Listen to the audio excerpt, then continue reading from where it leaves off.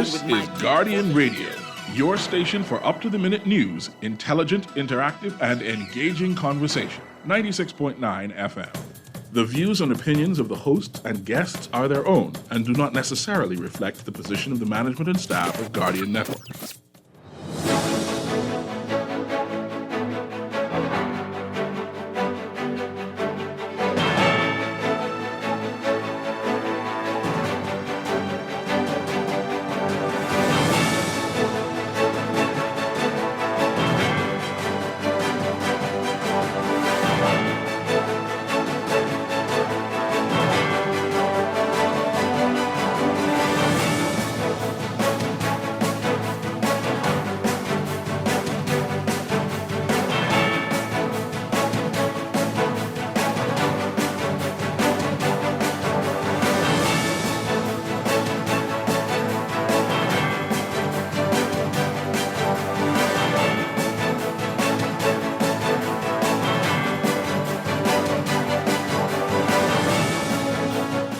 Good morning. Police investigating the country's latest murders, two over the weekend, one in Grand Bahama and one here in New Providence.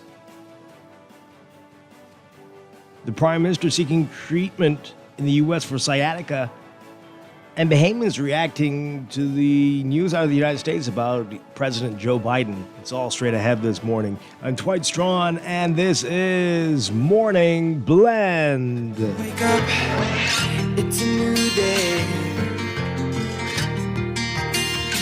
Wake up, it's a new day.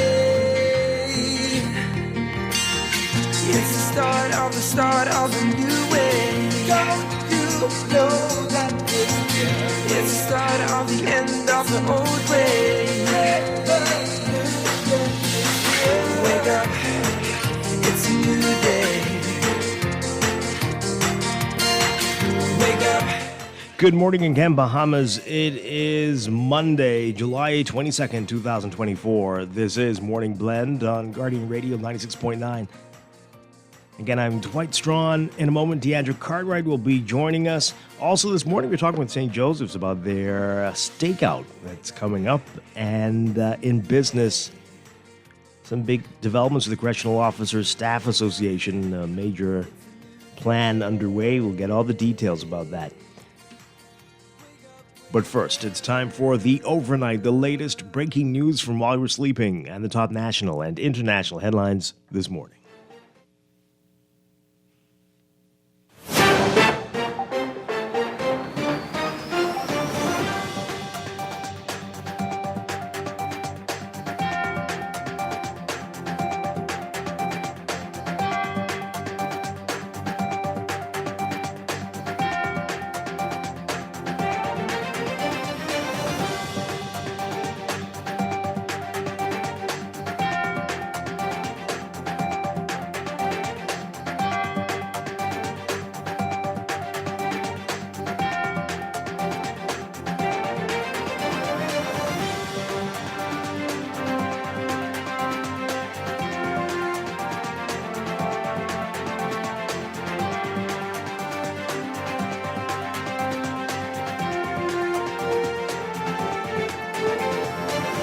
In the overnight, police investigating the country's latest murder, the body of a woman found on Carmichael Road near Palm Breeze Drive. That was around 2 o'clock this morning.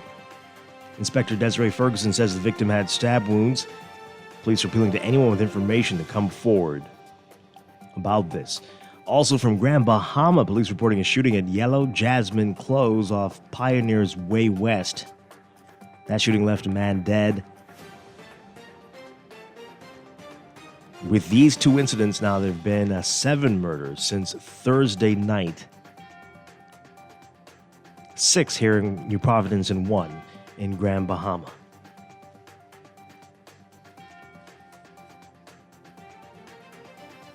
Now, the news: the Davis administration has entered into a working partnership with the Tony Blair Institute for Global Change, according to the Office of the Prime Minister.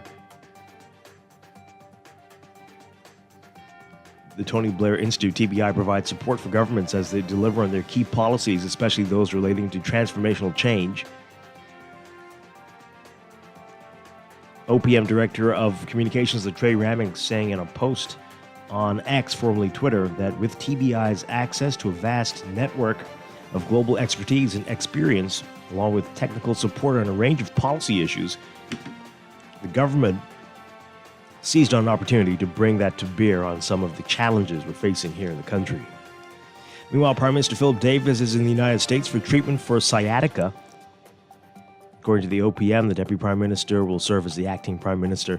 The trip comes on the heels of a visit to the United Kingdom, during which Davis spoke with the African Leadership Summit and met with a legal team working with the government on matters involving the Grand Bahama Port Authority. With the arrival of the Utopia of the Seas, Royal Caribbean International's newest cruise ship, Nassau will welcome 5.5 million cruise passengers this year alone, according to Nassau Cruise Port CEO Mike Mora. In 2025, that's over 6 million opportunities, he said, during a ceremony aboard the vessel when it arrived in the port of Nassau yesterday. He says these visitors are seeking unique, exciting, and valued experiences, and that is an opportunity for Nassau and the country. The fate of the $290 million New Providence Hospital project remains uncertain as the Ministry of Health and Wellness awaits environmental clearance from the Ministry of the Environment. The hospital, which would be located on New Providence Highway, which leads from Saunders Beach to the Six-Legged Roundabout, would be funded through a concessional 20-year loan from China Export-Import Bank with an interest rate of 2%. Health and Wellness Minister Dr. Michael Darville is ready to push the button on the project, but under law, the environment green light is a must. Speaking with the Nassau Guardian recently, Darville said that they're waiting on that report. Says they're waiting to see what happens to see if they get clearance. While the Royal Bahamas Defense Force noted Thursday that it has suspended search efforts for 60 migrants who are alleged to have departed Abaco for Florida, Defense Force Commander Commodore Raymond King said yesterday that there was never any confirmation that a boat carrying migrants actually departed from Abaco. He said the United States Coast Guard had provided some intel as a potential vessel attempting or preparing to leave, but the intel was never verified. Overseas, U.S. President Joe Biden has announced that he's dropping out of the 2024 presidential race for the White House, ending his bid for re-election after a disastrous debate with Donald Trump that raised doubts about the incumbent's fitness for office. The unprecedented announcement, delivered less than 4 months before the election, immediately upended a campaign that both political parties view as the most consequential in generations. The president, intent on serving out the remainder of his term in office, quickly endorsed Vice President Kamala Harris to take on Trump and encouraged his party to unite behind her, making her the party's instant favorite for the nomination in its August convention in Chicago. The announcement is the latest jolt to a tumultuous campaign for the White House, coming a week after the attempted assassination of Trump at a Pennsylvania rally. The party's presumptive presidential nominee has never stepped out of the race so close to the election. President Lyndon Johnson, besieged by the Vietnam War, announced in March 1968 that he would not seek another term after just a single state's primary. Biden's July decision comes after more than 14 million Democrats cast votes supporting him through the primary process. Meanwhile, Harris, in a statement, praised Biden's, quote, selfless and patriotic act and said she intends to earn and win her party's nomination.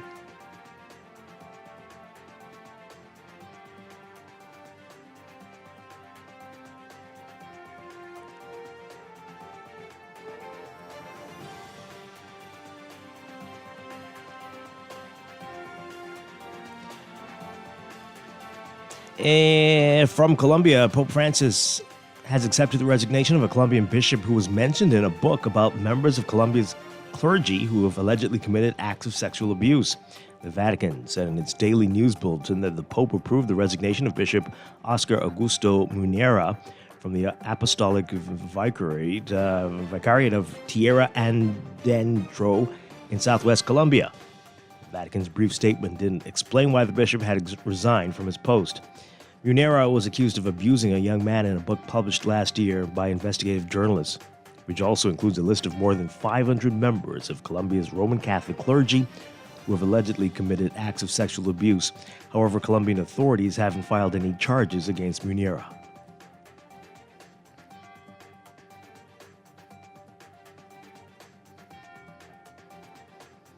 And the Israeli military today ordering the evacuation of part of an area in the Gaza Strip it has designated a humanitarian zone.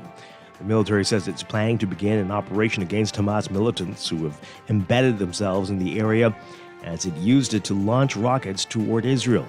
The area includes the eastern part of the Muwasi humanitarian zone, which is located in the southern Gaza Strip. Monday morning, thousands of Palestinians carrying backpacks and children walked down dusty roads under the scorching summer sun, navigating dilapidated cars filled with belongings tied on top. Many Palestinians have been uprooted multiple times in search of safety during Israelis' punishing air and ground campaign.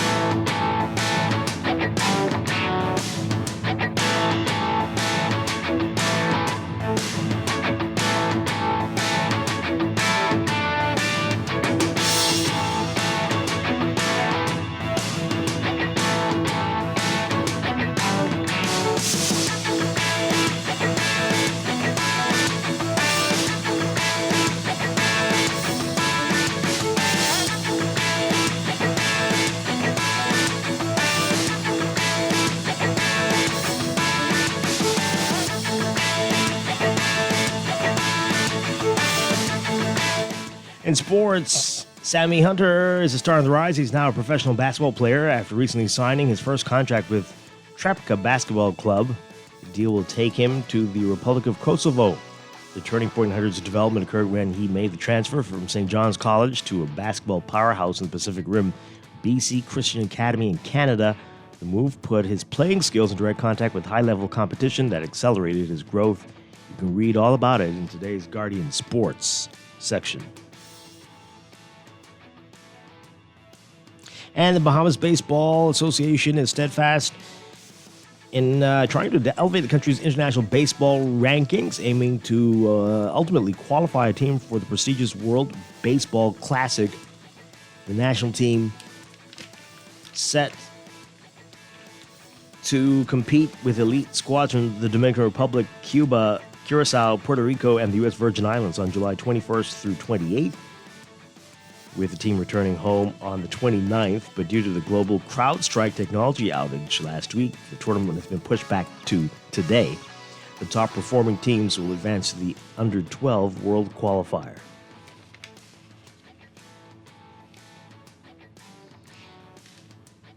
And from the WNBA, there is no panic in the U.S. women's Olympic team. The Americans have been in this spot before, apparently, but the U.S. lost to the WNBA All-Star team Saturday night, 117-109, and are headed on a flight to London to continue their prep for the Paris Olympics. Brianna Stewart said it felt like deja vu, and she wasn't wrong. The 2021 Olympic team also lost to the WNBA All-Star team in a tune-up to the Tokyo Games. They went on to cruise to a 7th consecutive gold medal, though. Just like in the 2021 exhibition game, the Americans had no answer for some of the team members of the WNBA team. The MVP Saturday night, Arike Ogunbowale, scoring all 34 of her points in the second half of the victory. She earned MVP honors in 2021 as well. Meanwhile, on the U.S. men's side, South Sudan is the 33rd ranked team in the FIBA World Rankings and by far the lowest of any of the 12 nations that will be vying for men's basketball gold in Paris. And the U.S. is ranked number 1. But South Sudan nearly beat the Americans anyway. The every 4 years wake-up call for the U.S. Olympic team seems to have arrived. A 101-100 win, barely, over South Sudan on Saturday in London, coming on a day when plenty went wrong for the Americans. And it serves as a reminder that at the Olympics, there's no guarantees anymore, not even for the 4-time defending the gold medalist, the U.S., a program that lost 2 exhibitions on the way to Tokyo in 2021 and then lost to France to open those games before rallying to win gold at the end. That's sports, and that's the overnight. Time for your first look at weather.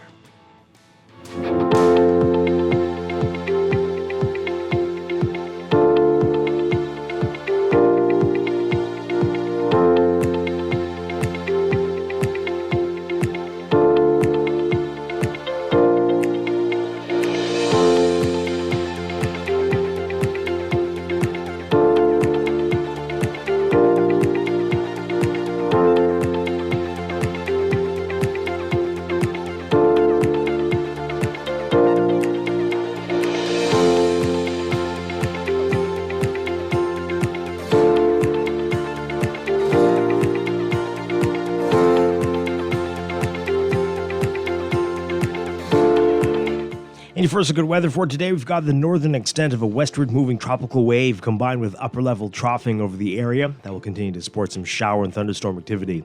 Surface high pressure will also maintain moderate to fresh breezes, while another layer of Saharan dust will spread westwards across the area over the next few days. And we've got a number of warnings, a heat advisory in effect for the Bahamas, and the UV indices expected to be in the moderate to high range.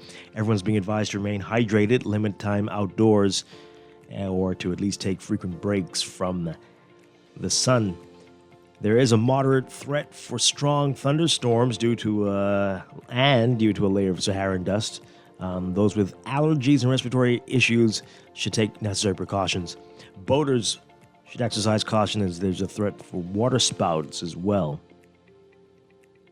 And beachgoers be alert for rip currents along East Coast beaches.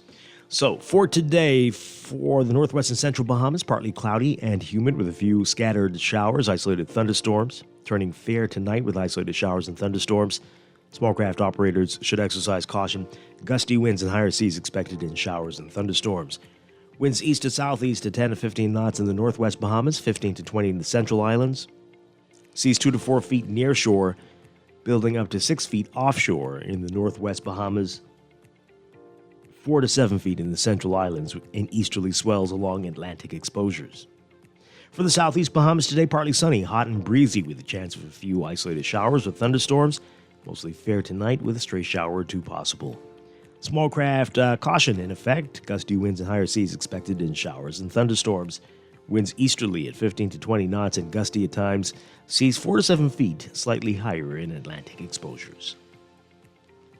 Temperature-wise today, look for highs getting up to around 91 Fahrenheit, 33 Celsius, but the heat index will make it feel like it's 105 Fahrenheit, 41 Celsius. Overnight lows tonight getting down to about 81 Fahrenheit, 27 Celsius. That's your first look at weather this morning. We'll have your extended outlook and a look at the tropics coming up after traffic in just a bit.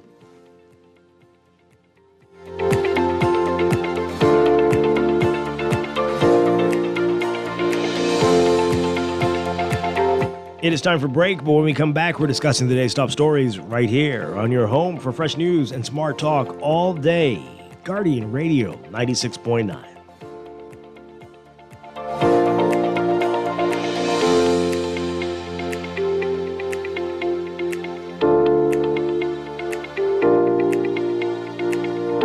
It's the Scotia Plan Loan Summer.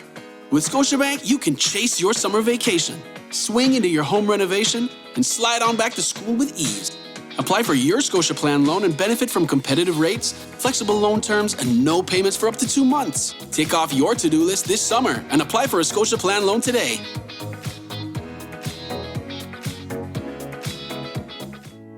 Earning zero interest on your savings at the bank? With as little as $100, you can start earning interest on your money while you're sleeping, eating, or standing in line at the bank with the CFAL Savings Express Plan. Ready to invest? Start by putting $1,000 into our mutual funds and earn interest there too. Because at CFAL, your interest is our interest. Visit cfal.com to start now. CFAL, growing wealth for future generations of Bahamians. Looking to elevate your gadget game or a tech trouble simply slowing you down? Escape to a world of innovation at Custom Computers, your go-to store for the latest cutting-edge tech. Whether you need to upgrade your life with the best from Apple and Windows or your device needs a little TLC, the Custom Computers Know-How Store is the destination for unbeatable expertise and quality repairs. With 2 convenient locations, there's a Custom Computers near you on Patton Street in Palmdale and Caves Village, or call 396-1100. Now let me see now. 326 ETIC. Hello? This Epic battery. This Miss Beulah from Rock. I hear you're selling tires now on Wolf Road too. Praise the Lord. It's about time. I Fox Hill and Fire Trail. It's too far. That ain't all. They open Monday to Friday, 7 a.m. to 7 p.m. On Sunday and holiday, 8 a.m. to 4 p.m. My brother Sam, he's a hacker, and he could go right there and get fixed up. Call us at 326 EPIC. We ship also to the Family Island. Living with a neurological condition shouldn't define you. At Cleveland Clinic in Florida, we do whatever it takes to make life better today while discovering new treatments for a brighter tomorrow. From epilepsy management to specialized spine care and brain tumor surgery, we're delivering world-class neurology care for the day-to-day, for the days you live for every care in the world. Visit clevelandclinicflorida.org/Caribbean. You try to rest, roll with the best. For all your printing needs, there ain't no one better, no. For posters and banners, magazines and flyers. For window decals, greeting cards and newsletters. No job too big and there's no job too small. You name it, we can print it. Just give us a call. Let Print Masters bring your masterpiece to life. Located at the Nassau Guardian Building, telephone 302-2361. Attention Bahamas. Embark on an inspiring voyage with 2 new books by Hubert Ingram, Our Remarkable 3-Time PM. Learn of his exceptional leadership in steering the nation through local and international storms. These books are a treasure for all Bahamians. Are you into history or seeking inspiration? Then this is a must-read. Available at Doongalik, Logos, the National Art Gallery, and Chapter 1. Get your copies today. Be inspired by a legacy of wisdom and vision. Looking for great devices this summer? Look no further. Alive has special discounts on the latest smartphones, Ring devices, and accessories. Plus, as an Alive customer, you can expect exclusive Get Extra offers and rewards, which means even more value for your money. We're talking more data, prizes, and surprises. Upgrade with us and experience the perfect summer with Alive in store or at bealive.com/deal.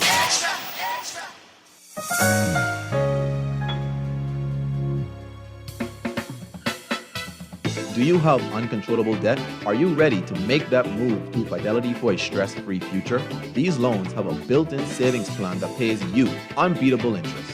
Ask about our debt consolidation loans today. Call 356-7764. Fidelity, we're good for you.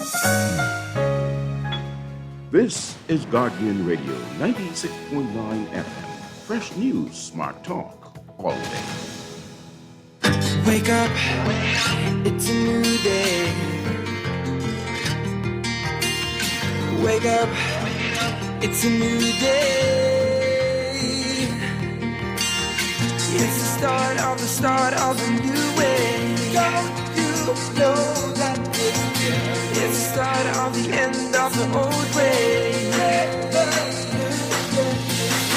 Wake up.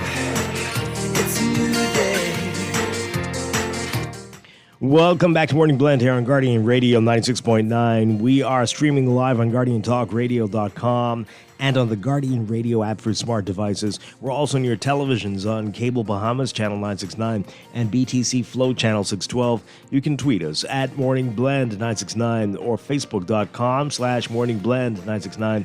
Text us 422-4796. Standard text rate supply.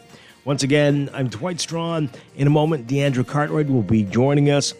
Also this morning, they do a lot of great work at St. Joseph's Church, and they have their annual stakeout coming up. We're going to get details about everything in a little bit. Later, we're going to be talking about a special promotion. This is a very interesting thing that the Correctional Officers Staff Association is doing.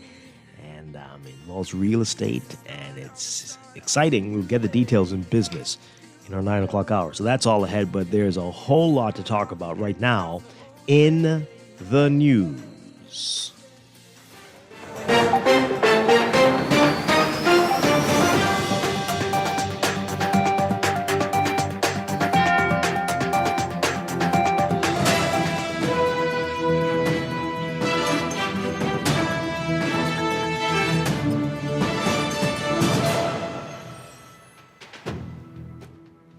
And in the news, everybody's talking about what's going on in the U.S. and President Joe Biden deciding that he's not going to run in the upcoming presidential election in November.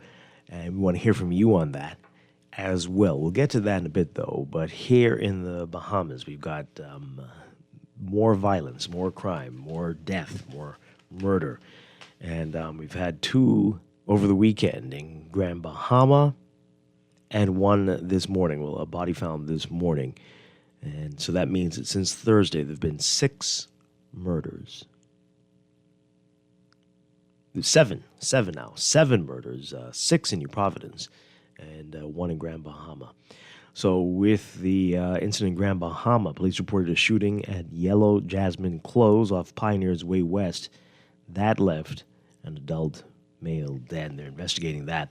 Then this morning, police at the scene of the latest murder here in New Providence. Take a listen to what police are saying here. This is Inspector Desiree Ferguson at the scene.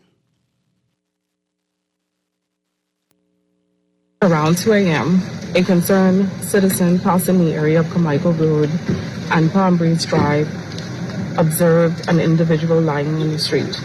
Based on that information, a unit from the Southwestern Division responded. They came to this area and confirmed that an adult female was found lying in the street and she appeared to be lifeless. EMS personnel were also called to the scene. They examined the female and they determined that she had no vital signs of life. Her injuries were consistent with that of stab wounds. At this time, it is unclear of what may have transpired that may have led to her demise. We are appealing to anyone who may have been in the area around 2 a.m. to please come forward and provide us with any information that can bring this matter to a close in a relatively short period of time. I can tell you that the female appears to be in her late 30s, and she is... Okay. Police Inspector Desiree Ferguson there. The victim appears to be in her 30s, stabbed to death, and found this morning. Wow. And as we said, now that's seven murders since Thursday. On Saturday, a man was found dead inside a truck that collided into a home on Pinecrest Drive on New Providence. Police say the search for the gunman involved a police chase, which ended with one of the suspects being shot. And, wow. Okay, cannot keep up with all this. Oh, man. This is a lot. We know we had a big conversation about this on Friday as well. And this incident on Saturday was the fifth to occur in New Providence since Thursday night. And then around 7 p.m. on Saturday, police say that officers from the East Street South Police Station heard gunshots nearby Pinecrest Drive, and the officers went outside where they saw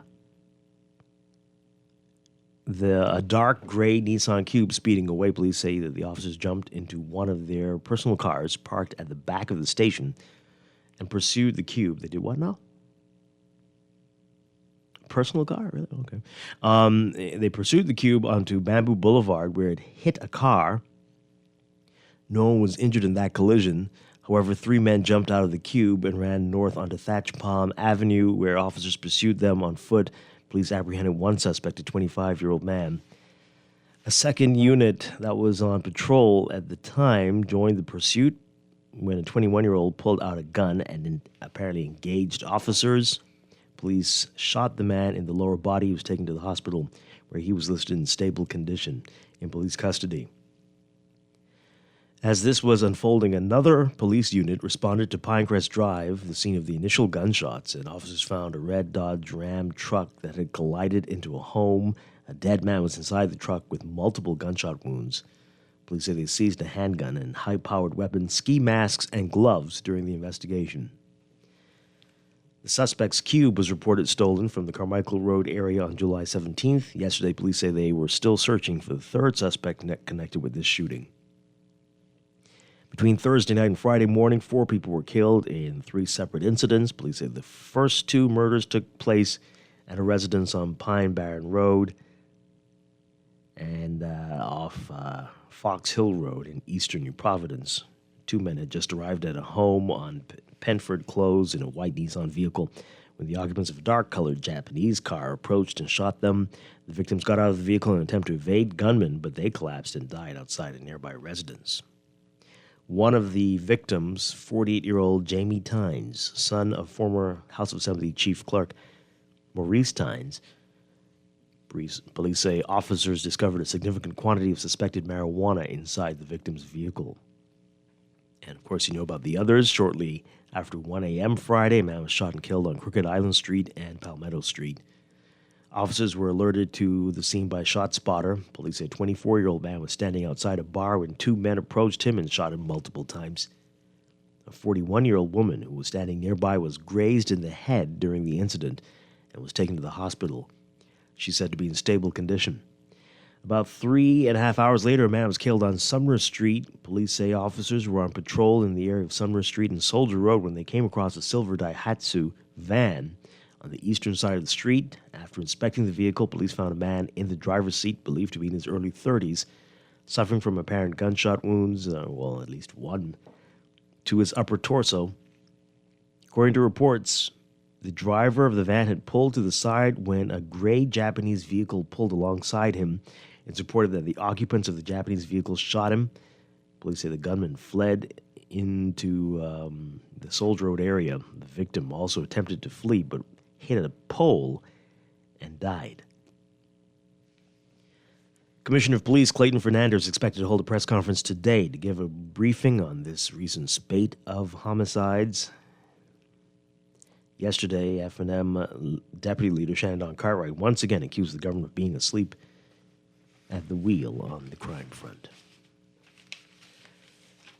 Wow, that's a lot, folks. That's a lot. There's a lot of chaos. What's happening here, really? 323-6232. 325-4316. 325-4259. Toll free 242-300-5720. Tweet us, Facebook us, text us 422-4796. Yeah, if you want to talk about it, let's talk about it.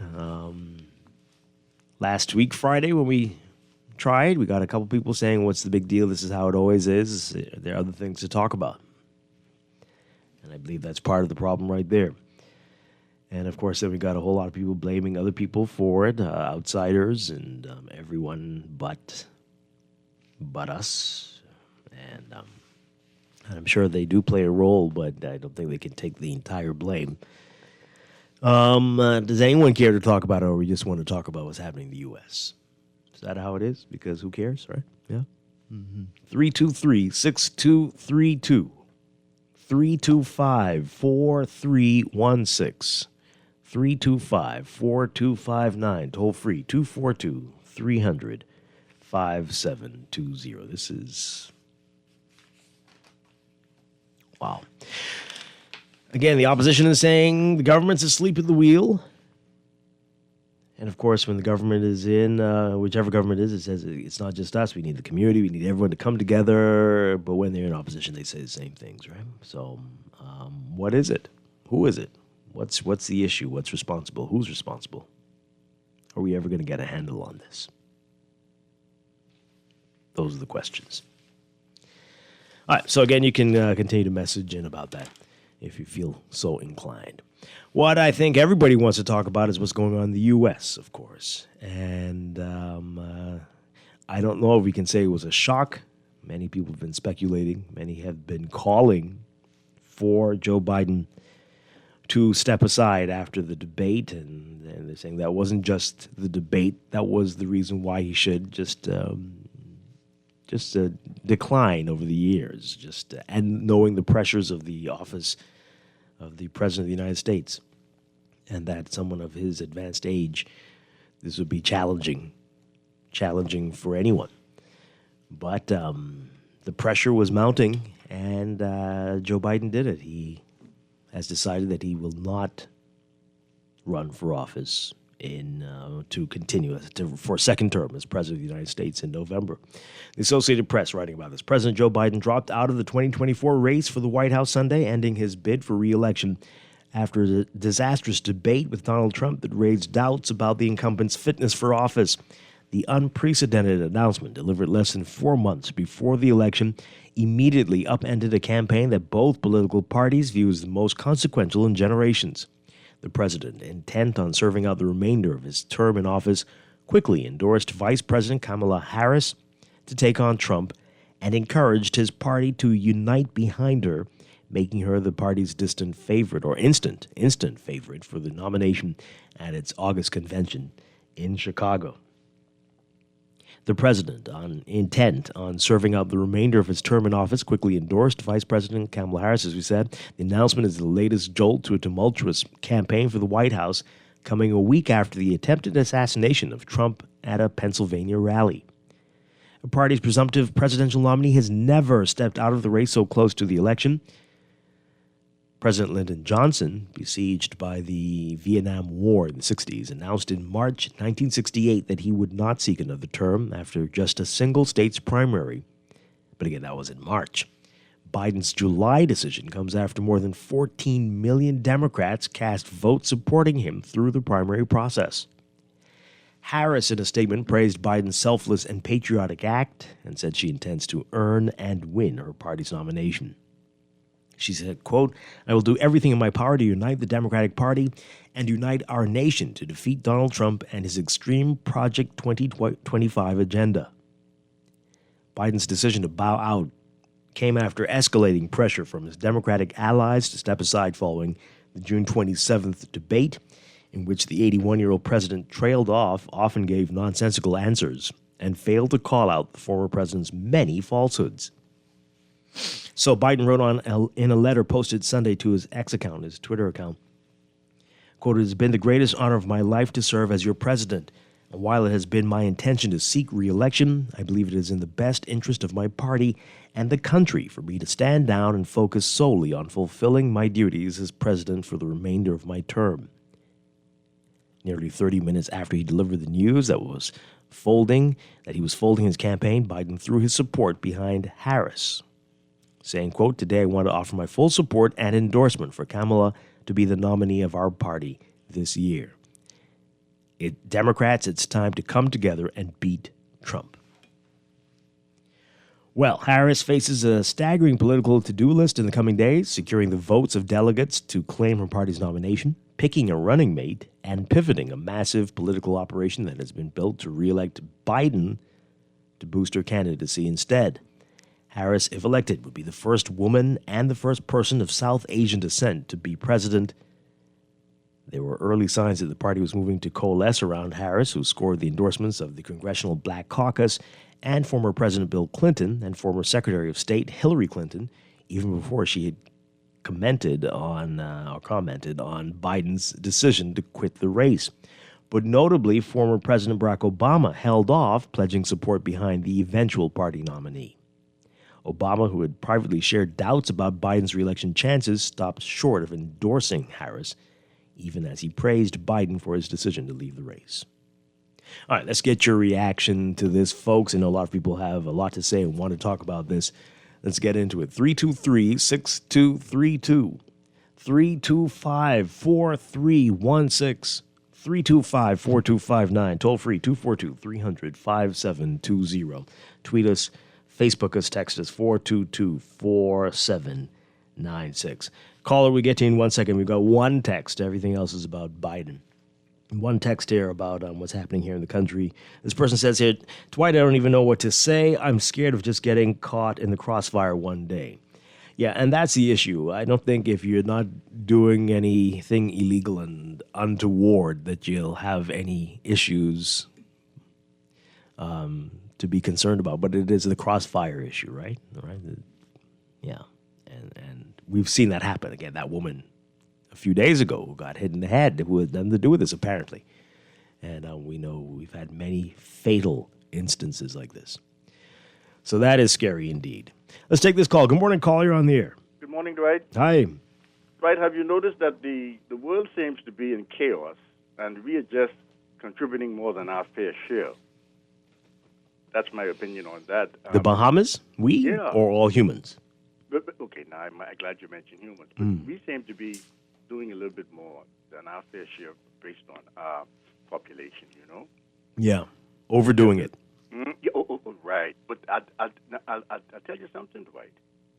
You know, when these astrophysicists are looking for a planet that's habitable, what they look for is one that has chaos and also one that has methane and oxygen, because from there you get carbon dioxide and water. So we got to be careful now, because the extraterrestrials may realize that because Earth is becoming so chaotic, might be a good time to invade. All right? Well, it might be for the best. Hey, thank you, my brother. Yeah. All right. Okay. I think our time has come. 323-6232. 325-4316. 325-4259. We're talking about Trump now. This texture here says, so let me get this straight. 2 impeachments, 4 indictments, 1 conviction, civil cases, and an assassination attempt couldn't stop Trump, but a CNN debate stopped Biden, and they're doing LOL. I don't think that's all that it was. It's a little bit different. Somebody who knows when to quit and another person who won't quit no matter what. It's very different, but okay. And they go on to say, do you know that out of all the U.S. presidents, Donald Trump is the only one to run against a woman for the presidency, and looks like he's going to run against another woman. LOL. I don't know why you're LOLing. What is this about? I mean, okay, yeah, that's true, and it looks like it will be. It looks like it will be. It's interesting, but not LOL. Anyway, good morning, caller. You're on the air. Is that me? Yes. Good morning. Turn on your radio for us, please. Always along with you, Dwight. Turn down your radio for us. We need just settle on in the Bahamas here. We're not getting that, and somebody is sleeping at the wheel. Other point is, right, I like President Biden, but, I wish he had stood, but knowing that his party disapproved of him running, I guess I got to settle for that. But I really liked him, he said some things, I've listened to him when him and the former president had that debate. And I like the things he had said. And I still like him, Sorry to hear that he had stepped down. Well, he's decided not to run. Say it again? Decided not to run, not stepping down. Say you? He has decided not to run. He's not stepping down. Yes, what I'm saying is I appreciate him, I appreciate him very much, but I still, I don't like how he had stepped down. I wish he had stood. That's all I'm saying. Okay.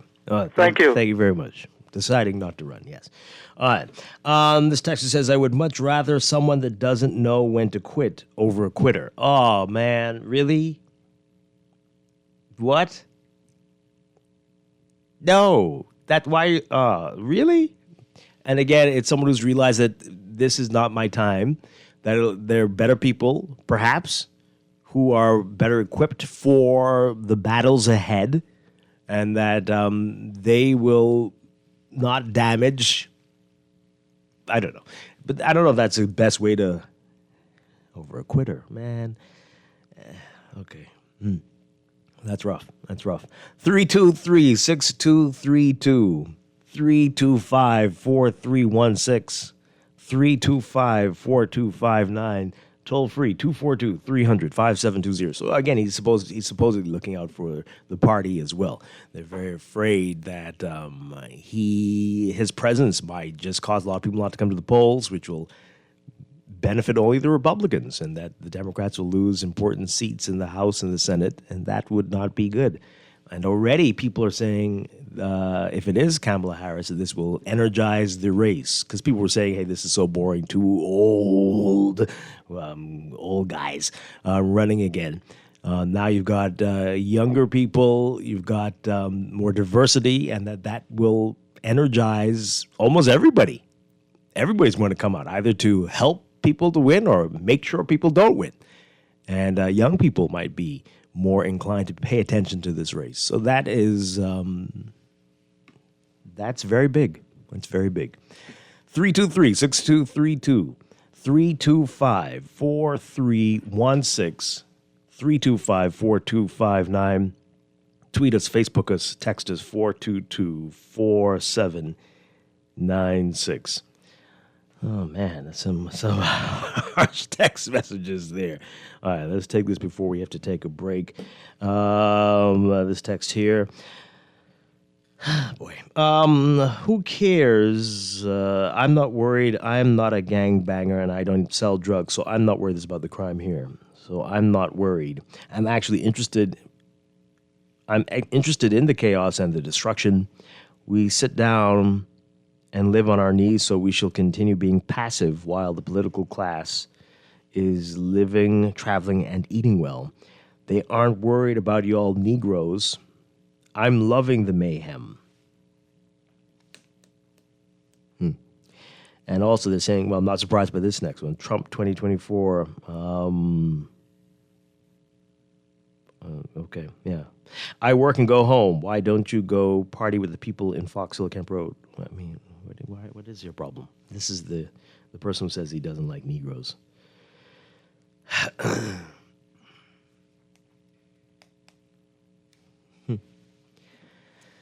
Take this call before we go. Yeah. Good morning, caller. You're on the air. Good morning. How you doing? Doing well. The only thing I have to add as it relates to the Biden and Trump dilemma is, can you trust the media? At the end of the day, for decades, the media has been telling, not decades, I'm lying, for years, the media was telling us or gaslighting the public as relates to Biden's health issues. And all of a sudden, they turn around now and say, oh, we finally got it. We must, now they're telling the black folk that we must vote for Harris now. Okay, let me stop right there. What rich media was gaslighting? No, I'm talking about... No, I understand. Who are you talking about? I mean... Well, I don't know if you watch CNN and MSNBC and most of the platforms as related to YouTube. You may not be you may not watch it. That's your problem right there, because you shouldn't be getting your news from CNN, MSNBC, or Fox News. I also said... And YouTube is not a thing. YouTube's not a thing. For news, that's where you're getting your news from. That's a problem. But if you were to watch the traditional networks, you'd get a much balanced... Who's the traditional? Yes, PBS, ABC, NBC, CBS. No, PBS was... See, I watch... That's what I'm telling you. I do watch PBS. The mainstream media leans left. I do watch PBS. They do lean a bit to the left, but they certainly don't deny that every gaffe that Biden makes, it's covered. Hold on. You mean now? No, it's always been. Asking you. Recently, no, because it was decided. Okay, they came to a consensus that we need to get him out recently. No. But I was just watching where they're telling us, hey, no, there's nothing to see here. That's what I'm saying. Everybody have their biases, but I'm just saying. I don't know if you saw it. I certainly did not see that. Now, you didn't see what the media was telling you guys for years that nothing was wrong with Biden. He's okay. That's just who was saying that? Who was saying that? Are you saying that that's what they were They showed people on the news saying that. I wish I had something I could just WhatsApp you to show you all the evidence for years what the media was saying, or even Obama and the rest. everybody was telling you, don't worry about it. That's just the right. All right. So now are you saying that wasn't? All right. So here's the thing. Thank caller. I appreciate you calling. And so here's the challenge that we have here. I don't know how to get Bahamians to understand this. So issues. Deandra Carr is with us now. Let's get her mic up. So I don't know who you're saying was telling you this, but those networks always report on his age and his issues. And they will talk to people who will say in the report, oh, he's fine, don't worry about it, and whatever. But the fact that it's coming up in the report is a question of his health. Do you not see that? You're not getting that part, right? So everybody officially will say, oh, he's fine, don't worry about it. Oh, yeah, But they're doing a story on it because his health is a concern. His age is a concern. And they won't, other than people who don't know him, some Republican who's not a doctor or not his doctor saying that, oh, we need to be concerned about his health. But they will talk to people, say, oh, don't worry about it, he's fine. But you get what I'm saying? Do you understand what I'm saying? Yeah. This story is airing because there are concerns. Yes. And the official word is that he's fine. You could believe it or not. They're not trying to make you believe it. They've presented the facts to you. Well, this is what the official stance is. Whether you believe it or not, that's up to you. Vote when it's your time. The thing is that they've been very strict almost with their response to say all is well, despite what we've been seeing. Now, who's they? You mean the Democrats and his people? Yes, that's what they've been Biden's saying. people, Yes. Mm-hmm. And so it's almost like if, as you say, if you believe differently, right, then you could believe differently. The but networks this has show been you their narrative. And they're every sticking to time it. he falls down, every time he accidentally turns the wrong direction when everyone's going left and he turns right, then everybody shows you that. Whether you believe that he's okay or just whatever, that's up to you. Now, those other networks are telling you what to think. CNN and MSNBC and Fox News, they tell you what to think.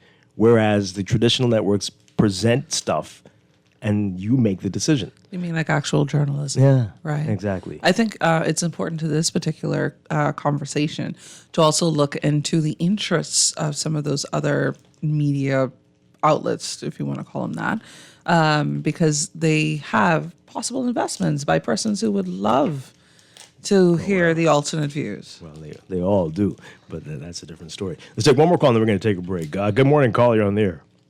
Good morning, Guardian Radio. Hi, good morning. Good morning. Happy to hear you. Same here. Haven't heard you in a while.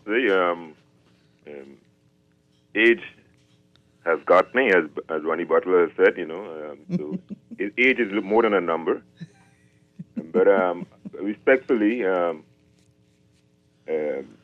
Joe Biden won the presidential election, and at the time when he won the election, he was coherent and cognitively alert, and he never fumbled at the beginning.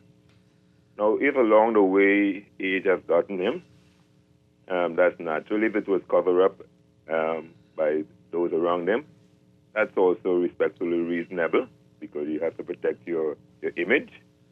But I would like to salute him for his years of service, and I would like to commend him for being very patriotic to vote, even though it's late, because I know the other candidate would put self above party. And I also, I'm happy that he's gone, because he has not been doing everything right in some things that I would like to see him do, but I'm happy with all the things that he has done. And especially I'm happy that he stepped out of the race for the good of the party. Okay. All right, thanks a lot. Appreciate your comments. We'll take one more, and then we'll go to the break here. Caller, good morning. You're on the air. Turn on your radio for us, please. Yeah. Good morning. Hi. Yeah, Dwight, I agree with you. I be honest with you. I saw the deterioration of Biden some time ago, and then I know it's on Fox News. They were looking at it also, but the other stations, they were like overlooking it and denying it. But I wouldn't say age, because we had presidents who were older who made remain the same age until function came out. But No, I think no, he has a medical never. issue. This is the oldest president they've ever had. Oh, okay, fine. But it looks like he has an underlying situation, you see. But I mean, you know, he is out now, and they have to go to convention and choose another leader. Kamala Harris really won't be the one in my book. Why? She does not have the skills.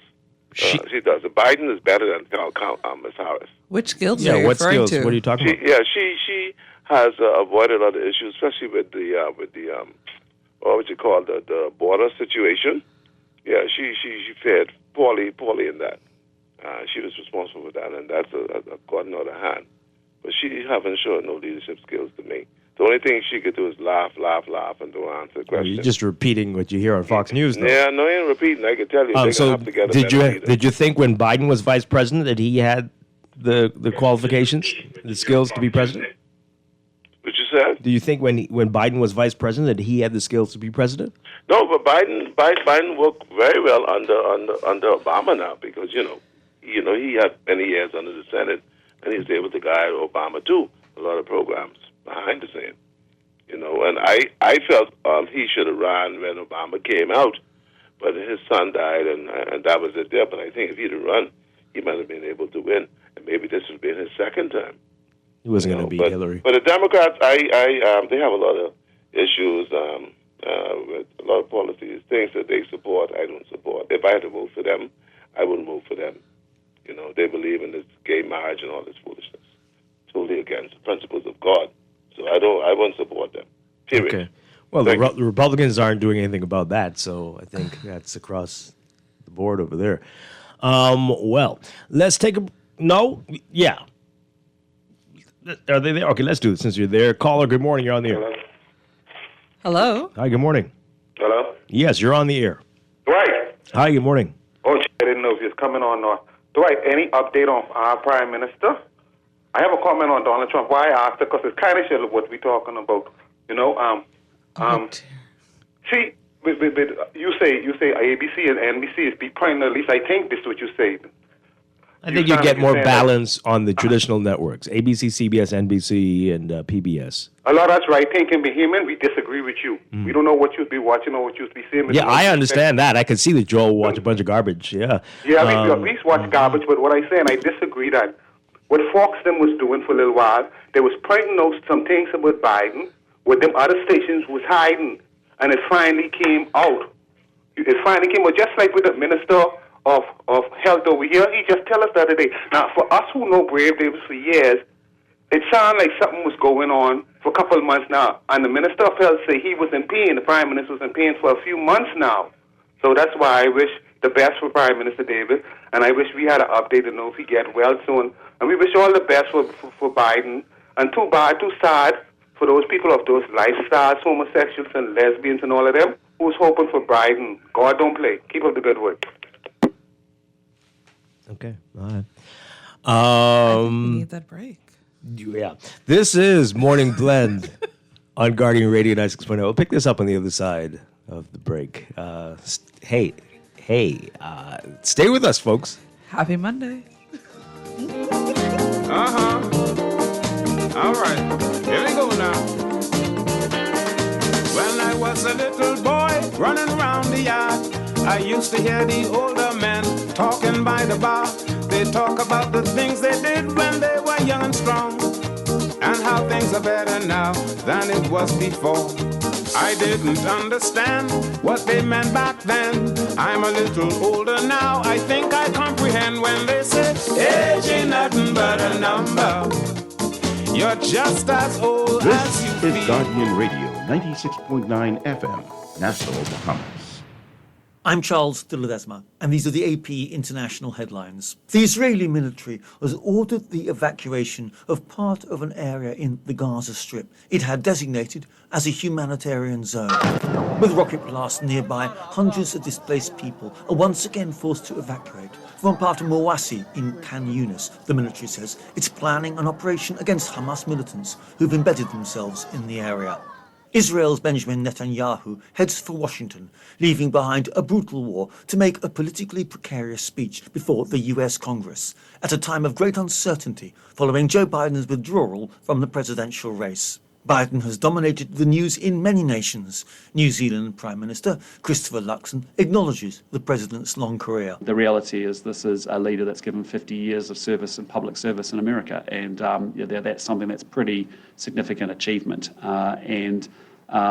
So we wish him well. I'm Charles Duludas.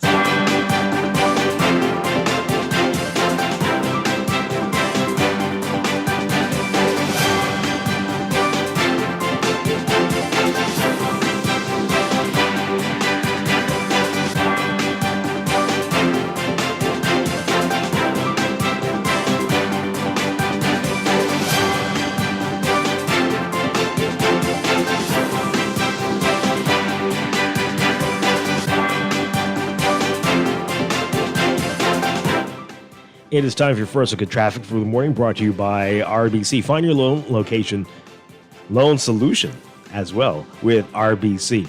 In your real-time traffic at this hour, right now we're seeing a bit of congestion on Mile Butler Highway. If you're heading northbound, just as you approach Harold Pond, you'll see that traffic in front of you all the way up to Tawny Williams-Darling Highway.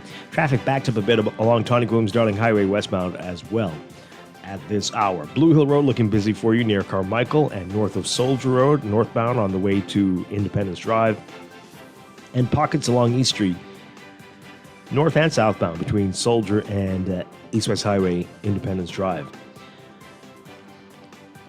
So far, that's what we're seeing. We'll have another update for you after the 8 o'clock news. Morning Blend Traffic brought to you by RBC. Start a conversation at rbc.com/loan/all of you.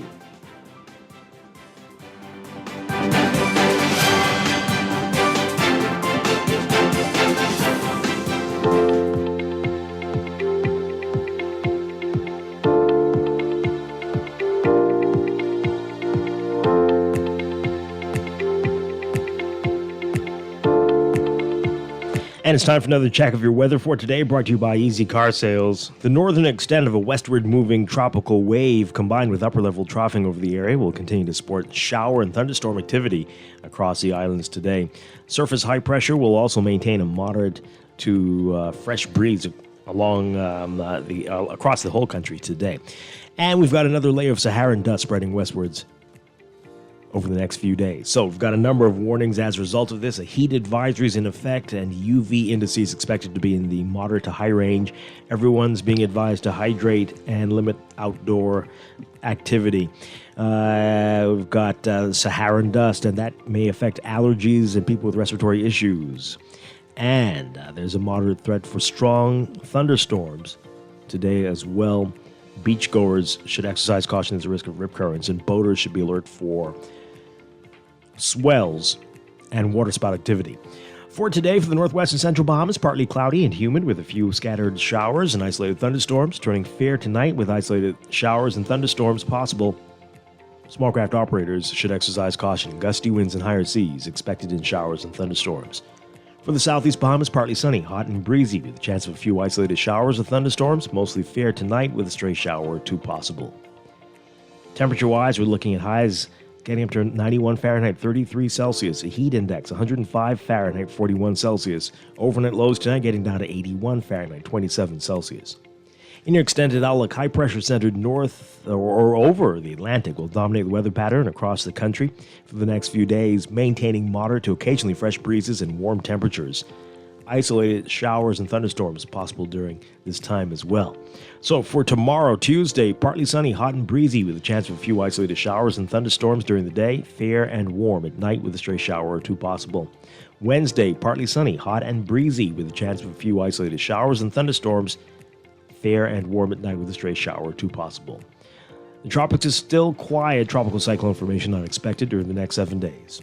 That's your morning blend weather check brought to you by Easy Car Sales. Easy Car Sales invites you to be part of Generation E. Drive electric. Everyone is welcome. Visit IamGenerationE.com. RBC. Life is full of twists turns, and defining moments that create your own unique story. However your story unfolds, we're here to help guide you through it. From every big decision to every new adventure, RBC. Visit rbc.com/Caribbean/all of you. At Wendy's, we are different. We don't just use beef, it's fresh, never frozen. Our burgers are square because we never cut corners. Served hot off the grill with fresh lettuce, tomatoes, onions, and American cheese. We believe in fast food done right. Always serving fresh, never frozen beef. Order a hot, juicy Dave single, double, or triple. Made with fresh, never frozen beef. Now only at Wendy's. Different inside and out. We go everywhere. Shop early at Janae's Chesapeake Road annual back-to-school sale going on now. Get up to 20% off on all school items in stock. Yes, all school items in stock. Shirts, jumpers, skirts, boys' long and short pants, school neckties, PE shorts, in a variety of colors and school monograms. Shop early and don't miss out at Janae's Uniform Center Chesapeake Road's annual back-to-school sale going on now. Remember, we go everywhere. Beat the rush and save, save, save at Janae's annual sale now. Deals, deals, deals, and more deals. Bundle and save. Bargains all day as BWF is celebrating its 52nd anniversary in grand style. 1 week of blowout savings up to 50% off July 22nd through July 25th. And a red-hot clearance sale under the big tent outside July 26th through 27th, 8 a.m. to 5 p.m. Everything must go. Don't miss it. Be there and save, save, save. Savings include appliance combo specials, ductless AC units, barbecue grills, kitchen and outdoor cooking supplies, lawn and garden cooking supplies, automotive supplies and accessories, hardware supplies, generators, compressors and pressure washers, industrial supplies and power tools, household supplies, craft supplies and floral deco, and so much more. BWF, we are more than just our name. Number 13 Wilton Street, telephone 394-0004 or 6. Check us out on Facebook. We ship to the Family Islands.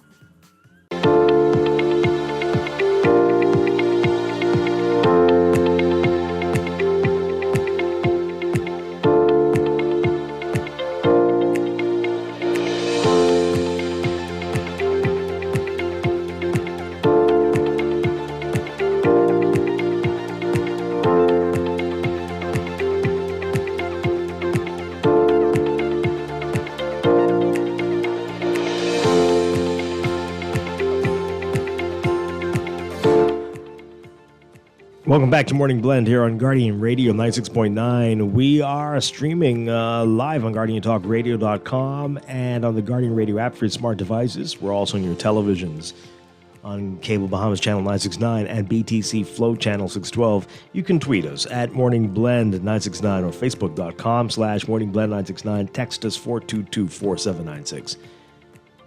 And now at 8:22, 8:23, it's time for another check of your weather for today, brought to you by Sherwin-Williams Paints. Here's what's happening. We've got the northern extent of a westward moving tropical wave combined with upper level troughing over the area. That's going to continue to support some shower and thunderstorm activity across the islands today. Surface high pressure will also maintain moderate to fresh breezes, while another layer of Saharan dust will spread westward across the area over the next few days. So that's a lot, and that's going to mean we've got a number of warnings. We've got a heat advisory in effect. We've got UV indices also expected to be in the moderate to high range. Everyone's being advised to remain hydrated and limit outdoor activities. And with that Saharan dust, people with allergies and respiratory issues are advised to take necessary precautions. Boaters should be alert. There's a possibility for waterspout activity. And beachgoers should be alert for rip currents as well. Plus, we've got the possibility that storms could break out. So for the northwest and central Bahamas today, partly cloudy and humid with a few scattered showers and isolated thunderstorms. Turning fair tonight with isolated showers and thunderstorms. For the southeast Bahamas, partly sunny, hot and breezy with a chance of a few isolated showers and thunderstorms.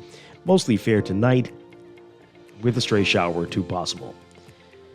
Temperatures getting up to around 91 Fahrenheit, 33 Celsius. The heat index will make you feel like it's 105 Fahrenheit, 41 Celsius. Overnight lows tonight getting down to 81 Fahrenheit, 27 Celsius. In your extended outlook, We're looking at high pressure centered over the Atlantic that will dominate weather across the country for the next few days, maintaining moderate to occasionally fresh breezes and warm temperatures with isolated showers and thunderstorms.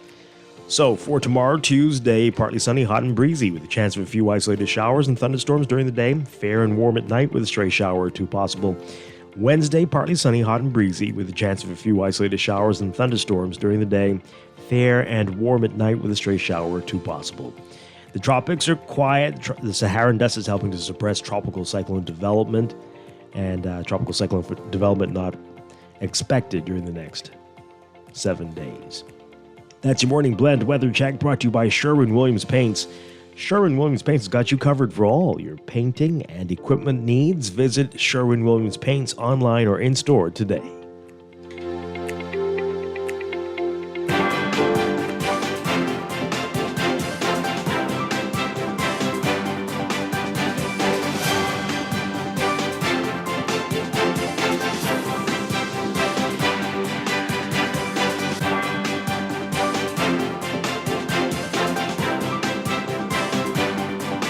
And 8:25, time for another check of your traffic for this morning, brought to you by RBC. Find your loan solution with RBC.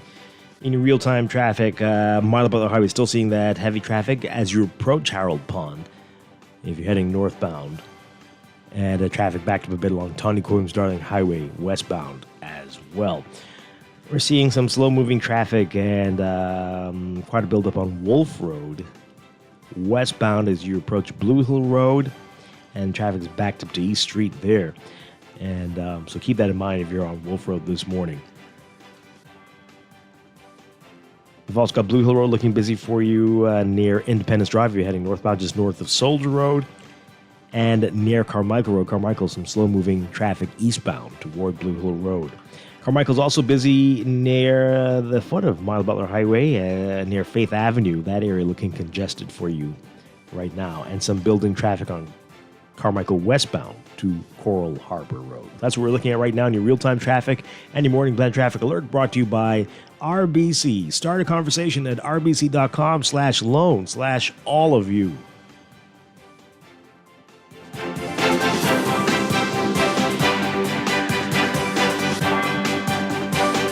It's time to explore your options. There's no harm in reviewing your mortgage arrangement and considering a better deal. CIBC Caribbean can help you narrow your search and decide. Switch your mortgage to CIBC Caribbean and enjoy a special interest rate and help towards your switching cost. Visit CIBCFCIB.com/inspired home for more information. Conditions apply.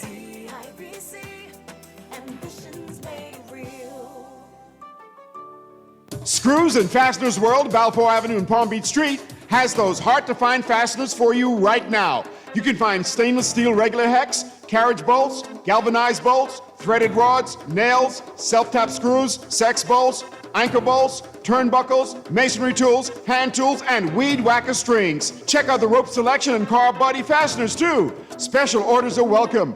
It's your #1 fastener store. Screws and Fasteners World, Balfour Avenue and Palm Beach Streets. Call 326-1976. Carrie's Fabrics and Uniform Store wants to get you ready for back to school. They have ready-made uniforms and uniform fabrics for almost every school in the Bahamas. At Carrie's, find skirts, blouses, shirts, jumpers, boy shorts and long pants, neckties, socks, and more. You can even have your uniform skirts custom made. Check out our selection of embroidered cotton shirts. That's Carrie's Fabrics and Uniform Store on Mackey Street. Phone 393-0758 or 817-0758. Maybe it's time to explore your options. There's no harm in reviewing your mortgage arrangement and considering a better deal. CIBC Caribbean can help you narrow your search and decide. Switch your mortgage to CIBC Caribbean and enjoy a special interest rate and help towards your switching cost. Visit CIBCFCIB.com/inspired home for more information. Conditions apply.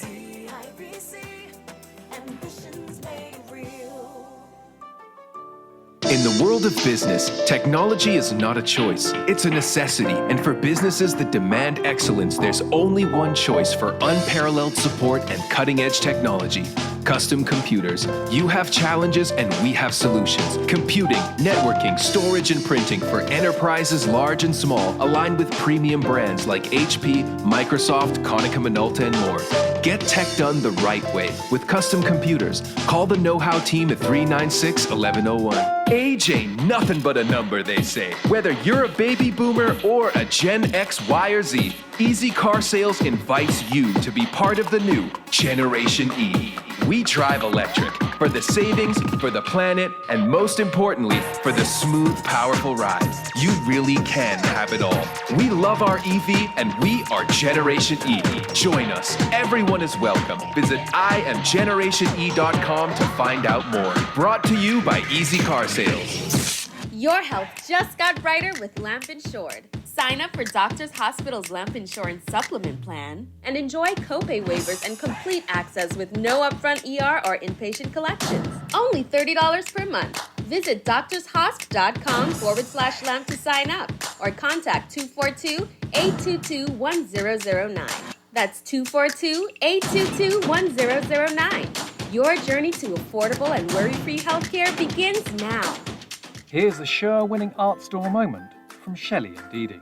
We're the only full art store in the Bahamas. If we don't have it, we make a list, and trust me, our boss can get that. If you need that, he can get that. You can find sketchbooks, acrylics, the canvases in all sizes, stencils. We have the Angelus that they use on shoes and letters. We're the only persons in Nassau that carries the Montana spray. We have the Krylon sprays, watercolor and paints, the oil, chalk paints, the alcohol paint, metallic paints, the little Floetrol, and we have cleaning products for the artists, thinning products for the artists, and Crayola colors, and glitters, pencils, the Posca markers, and pastels, oil, and the acrylic pastels, dyes. Oh yeah, we also have airbrush paint. I didn't forget that part of the movie. Gift sets, hobbycraft, Oil shrimp, glaze. stew shrimp, shrimp gumbo. But art supplies.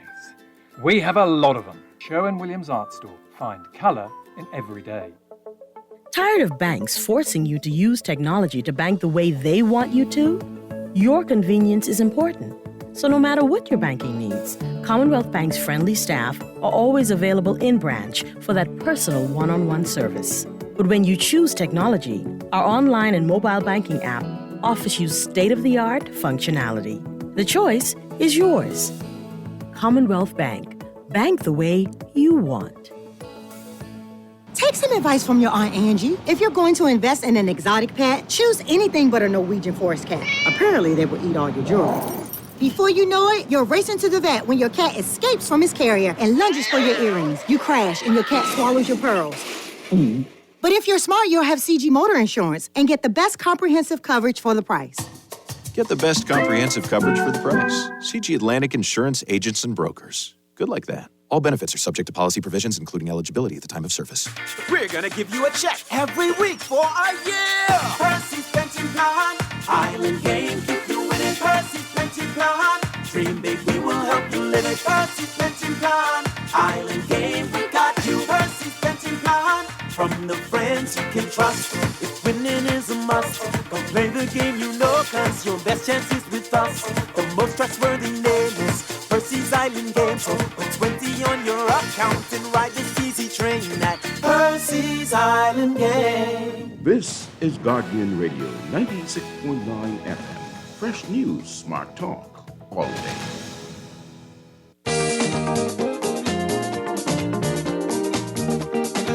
Yes.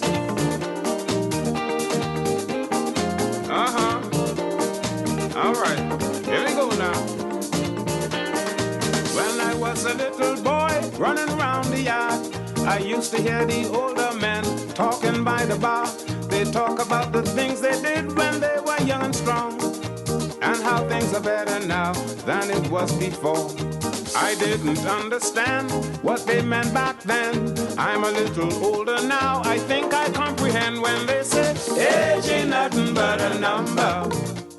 You're just as We are back here with Morning Blend on Guardian Radio 96.9. Dwight Stronlo, DeAndre Cartwright. Coming up in a few minutes, we're going to be talking about the St. Joseph's Church Steak Out and how beneficial that is. We're going to get into that in just just a few minutes there. We want to continue talking about what's happening in the U.S. I know Bahamians have a lot to say about this. Joe Biden making the announcement that he's not going to seek a second term in office after lots of pressure. He's still completing this. Yeah, he's going to complete his term. I don't know about that one entirely, though. I actually kind of think he should. I think he should resign.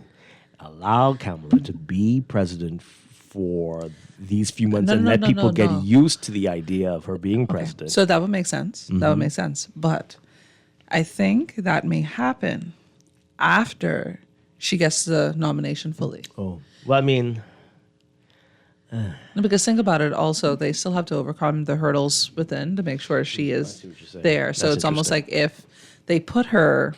If he resigns, but it's like the people will not take kindly to having their hands that's a great pushed. point. That's a really good point. And then also, it's almost as though she has to overcome those hurdles within before they do that. Yeah, that's a because then fantastic again, point. if they set somebody else as a candidate and then she completes the term, then it's like that'd be rough. No, right? you're right about that. That's a good way to look at that. But I had a comment because I always think about this, right? I've thought about this since I was younger, and I just always find it so curious, and it's of no. It's no one's fault really, because there's a difference in the information available really. But I've always found it so very curious that as Bahamians, and this is a very broad general statement, so not every Bahamian, that we know so much about American politics.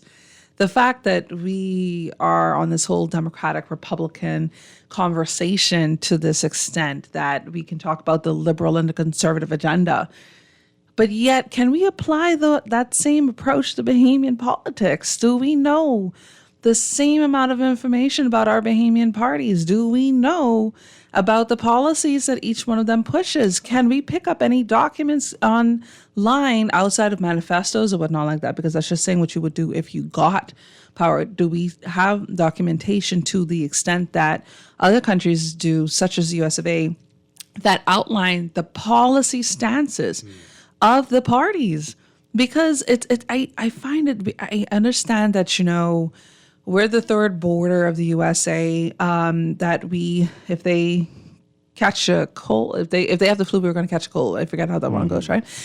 That we're so invested. But when it comes time for our own politics, I don't see the same level of investment there. And I wonder if it's also because of the influence of the media, of what we're consuming on television and whatnot. Like, a lot of persons will brag that they do not watch Bahamian news, that they do not listen to Bahamian radio stations, but they will watch American news, they will watch American programming, and they will listen to American radio.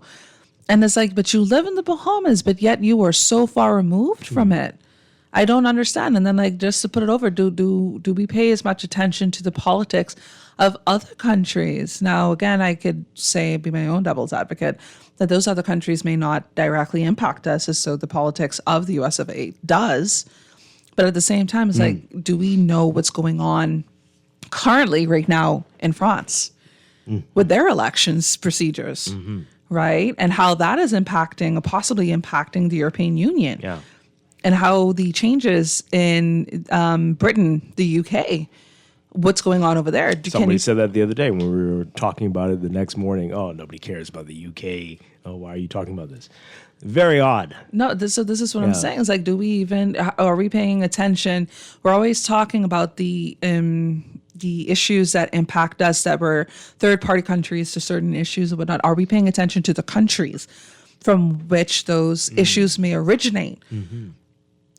I just find it very curious, because if we can invest that much time into the politics of one country, why are we not doing that across the board? And why are we unable to see that the same system that is programming, essentially that's what it is when you're watching these news outlets and listening to these radio stations and things like that, watching the media, the programs that they put out or whatnot, you are listening and being indoctrinated with the rhetoric that they are spouting, i.e. the Fox News and things like that. why are you not realizing this? Why shouldn't we broaden our scope of thinking? Mm-hmm. And the materials are out there. Yeah, absolutely. Let's get these calls in. Then we have a whole lot of your text messages to get to. Good morning, caller on the air. Hi, good morning. Are you there? No, gave up already. Okay, 323-6232, 325-4316, 325-4259. Call us toll free, 242-300-5720. Got a lot of text messages here. All right, this person says, perhaps Kamala will be bold like Trump and use a nickname and call him Dumb Donald or Donald the Dump. Okay, that was great text. Thanks a lot for that. Okay. Wow. Anyway, this person says here, why do you have to read the person's text that says they don't like Negroes? Clearly, they're trying to taunt you and irritate you. Yes, you're right. I think I should stop. We're talking about that all for years. Yeah, I think you should stop. Because clearly that person's looking for attention. And it went on a lot today. They went on a... So, I want Negro hating texter, you need to call in. Let everyone hear you and spew out your hate. No, but they're not going to do that. They're not going to do it. No. Then somebody's going to be able to pick up their voice and be like, oh my goodness, is that person? Yeah. No, we shouldn't do that. I also just want to throw out there, guys, to those who listen to us, there are certain things that we receive that we cannot even read.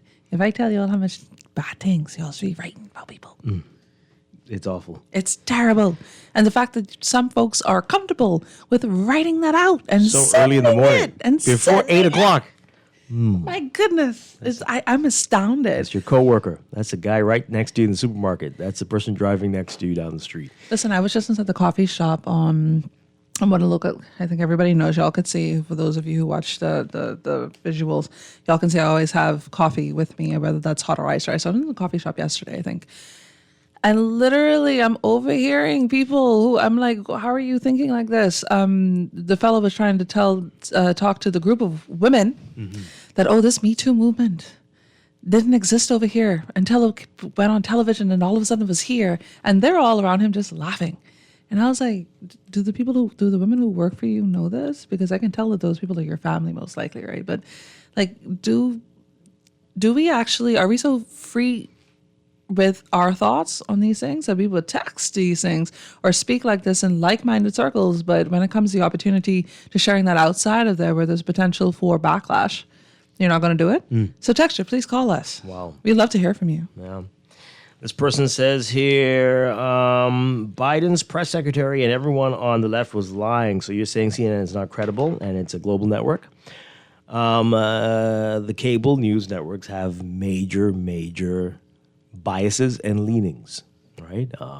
There are better sources for your news. A lot of it is opinion, and it's and you're mistaking people speaking confidently on a cable news network as a fact when it is opinion, and it's very disturbing that so many people, clearly not just here, but all over the world, seem to not recognize the difference.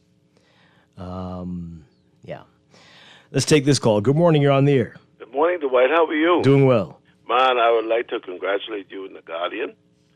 Many legislative policies, whatever you call it, in Parliament, has been, shall I say, brought to the forefront on your radio talk show in the mornings. People have called in, and they have been talking and discussing about legislation in this country. I don't know if you can invite the young lady who's next to you this morning to call in and listen to your show, but there are many Bahamians has called in and gave suggestions on things in Parliament which the government want to pass and legislate.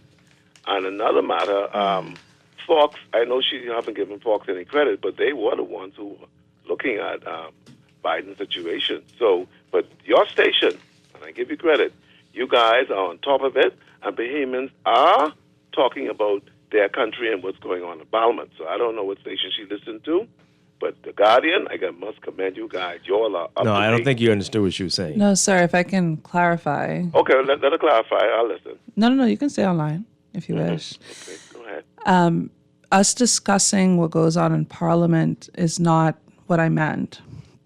What I meant was what I said, talking about the policy positions.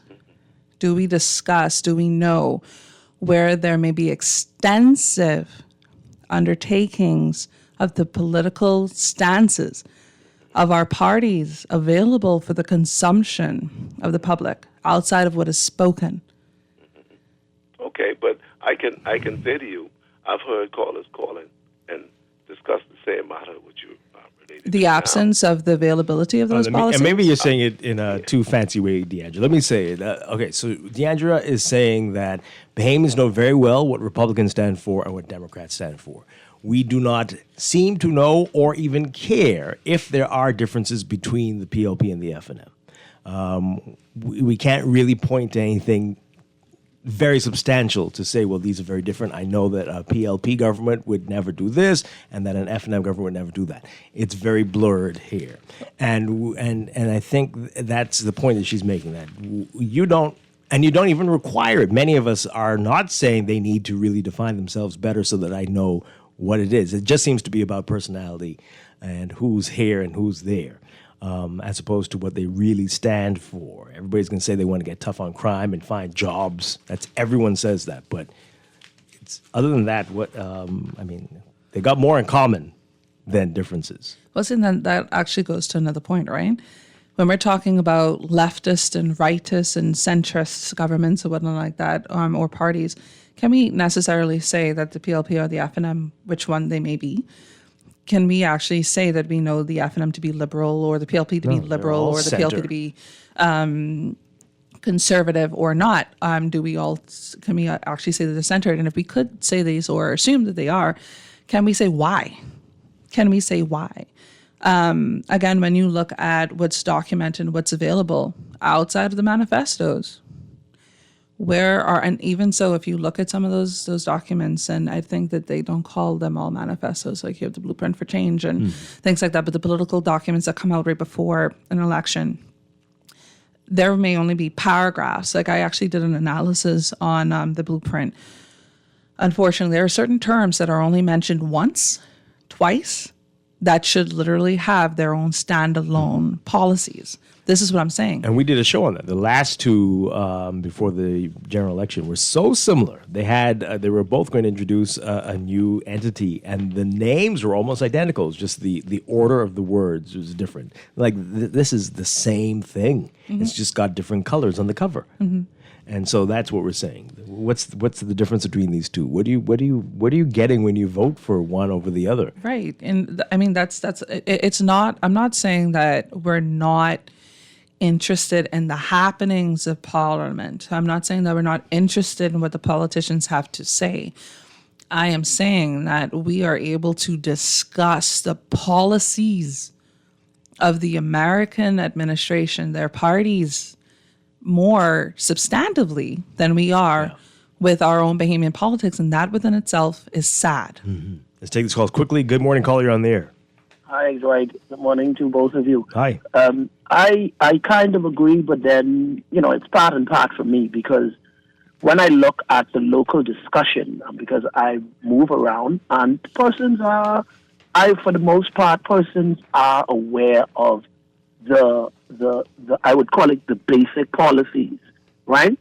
And if you look at what both governments, I'm not going to take no side on this, if you look at when both governments released their policy in recent years, they've been releasing short phrases, I would call, or a overall view of whatever policy they bring in place. When they were talking about the hospital, they released, even though they released documents to the bill itself to the public for what we call consultation, there was still a lot of PowerPoint views set out on social media, on the government website, on WhatsApp. You see it floating around, even with the cannabis bill. So it's kind of hard for me to say that Bahamians are not aware. What I think is the issue here is that Bahamians know what the policies are, but then you give me two of what we call, you pick the best out of two poisons. So I believe that is what Bahamians do. And so they just don't care to really push further with it, because they know that one of the two, I should say, we choose one and we move forward. That's my view on that. All right. Thank you very much. No, and I could agree again completely with that. Thank you so much for sharing that. What I will say, so I again, and I used to work in this space for a very, very long time. The one-time utterance on a particular circumstance or whatnot is the beginning of a policy. A policy within itself is a framework for action, right? And then it is built up into a substantive document of sorts. Now, I will say in recent times, I think I've seen maybe two pieces of actual policy out there. And I commend the entities that have released those policies. But what I'm saying also is that across the board for both parties, can we actually say what it is that they stand for and why and how they would approach it, or how are they approaching it? Is it and how it's different from what the others are saying, right? And then also, is it a chronological analysis of how that policy has evolved over time, and again, why? Yeah. All right, so getting back to your text messages as we quickly get through these. So I said it earlier that I don't think any of the traditional networks were hiding any of the concerns about Biden's health, and these people are insisting that. This person says, that's not true. ABC, CBS, NBC hid the truth about Biden for years. I'm telling you, you've been looking at this in the entirely wrong way. You're not spoon-fed. You're given the information, and you make a determination. They won't have someone tell you for a whole hour on a show that this man is sick and dying, and right? Their stories, they do it. I don't know what you're watching. What is it that you're watching on the traditional networks? Are you sure you're watching them? I'm not sure. This person says here, are you one of these lefties who believes that the Trump attempted assassination was stage 2? I don't know why this is coming up. Okay. This person says the Democrats are a bunch of reprobate-minded individuals. That's hilarious. I'm sure many are, but many are the same on the other side as well, as I'm sure. Check with the police. Check with, in two words, George Santos, and many other things we can point to. The issues on both sides. Politics attracts some of the strangest people. This person says here, that's a totally different issue. We'll get to that another time. This person says here, the U.S. private news stations. What? Okay. Private news stations? It's just They're very something confused. No, I mean, if that's what you're exposed to inside our country, that's how you would do that. Because you have the public broadcasting and then you have the private stations. That's not run by the government. No, but okay. Yeah, okay. But anyway, the commercial news stations, the networks you're saying, were not denying Biden's memory gaffes. What they were saying is that the Republicans were presenting purposefully edited videos to dramatize supposed memory gaffes. I don't know if they were doing that. If I remember correctly, Ronald Reagan went through this exact same thing. I recall during the Iran-Contra discussions, when Reagan said under oath, I do not recall. In fact, he really couldn't recall. Trump had these same neurological assessments done with slightly different questions about his declining mental state and paranoia, questions that are still very much alive. This person says, sarcastically, as it may seem, the Bahamas is an unofficial state of the USA, Deandra, hence the keen interest in America. Oh, okay. Kamala's handling of the border crisis, progress has been slow. Her tenure as California's Attorney General disproportionately affected minority communities. Her performance in the 2020 Democratic primaries, where she struggled to gain traction and dropped out early, is seen as indicative of limited broad support. Additionally, her communication style, inauthentic and overly cautious, and her relatively short Senate record leads to questions about her legislative experience. Lastly, no one wants a black woman to lead. There, you know that was your number one point. Period. Wow. Was it shorter than Barack Obama's? Is it that much shorter? I don't know if it was, but okay. Interesting points there, but I believe, your black woman thing was the main one. It really shows the true character between the two. One denies his ego and steps down for the good of the whole, while the other fully embraces his ego and encourages riots of division for the power of self. Just an observation. Wow. No one is following American policies. Bahamians are following their local news. Have you seen the local media Facebook pages, or are you watching something else again? You don't understand what she was saying. We don't have time to go over that again. This person says there are no differences in ideology between the two parties in the Bahamas. You vote more for who you like, which is silly. Yeah.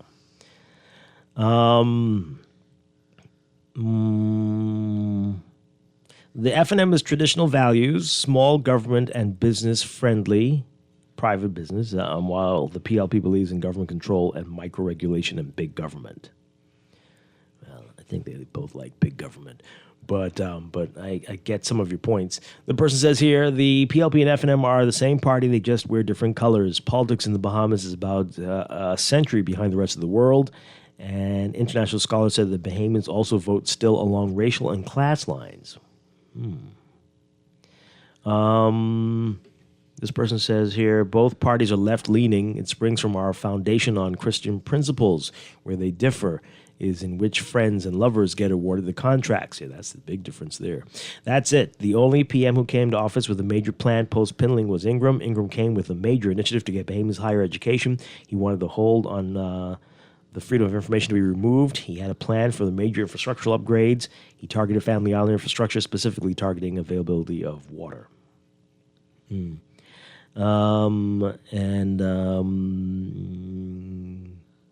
Y'all, this is our friend here, the Negro hater. Y'all, not reading my text. That's okay. I'll go to Urka. Please go. Please go and stay there. Please. Y'all's talking about freedom of speech. No, we're telling you to exercise it. I don't have to read your stupid messages. Call in and let all of us hear you exercise your freedom of speech. Y'all definitely are liberals, always in y'all feelings. No. I just say I am not prepared to read your hate anymore. So please call in 323-6232, 325-4316, and call Urka. You are clearly confused as to what they do. 325-4259. 242-300-5720. Slavery ended what year? 1834 here in the Bahamas. I'm not required to read your text messages. Texter, please get a life. And this text here, Kamala Harris isn't a good pick. She is just as unnoticeable as Hillary. How can you tell the texter what his main point was? The wokeness needs to stop, man. It's killing us. I don't understand what that's about either. All right, let's leave this here. We're going to take a big break and be back with a whole lot more Morning Blend here on Guardian Radio 96.9. Stay with us. Yes.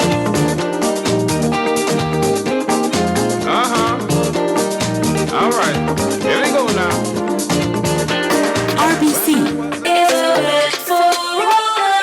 RBC will find the right loan for all of you with competitive rates and extended terms to suit you. Whether it's for debt consolidation, your next vehicle, or home purchase, sometimes we all need a little more. No matter the reason for the loan, we're here to help you find the solution. RBC.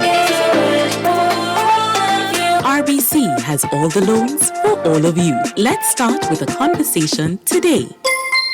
Are you ready to elevate your day with a burst of flavor? Look no further than Dunkin', your ultimate destination for everything delicious. From our freshly brewed coffee that is sure to pick you up, to our signature frozen beverages that will cool you down. And don't forget our mouth-watering sandwiches, made to order all day. Dunkin' has it all. And of course, our lineup of fresh donuts, muffins, and more. Dive into a world of yummy flavors at Dunkin' and bring joy to your day. The Bahamas runs on Dunkin'. Calling all young champions, supportive sidekicks, and wise mentors. Are you ready to unleash your back-to-school superpowers?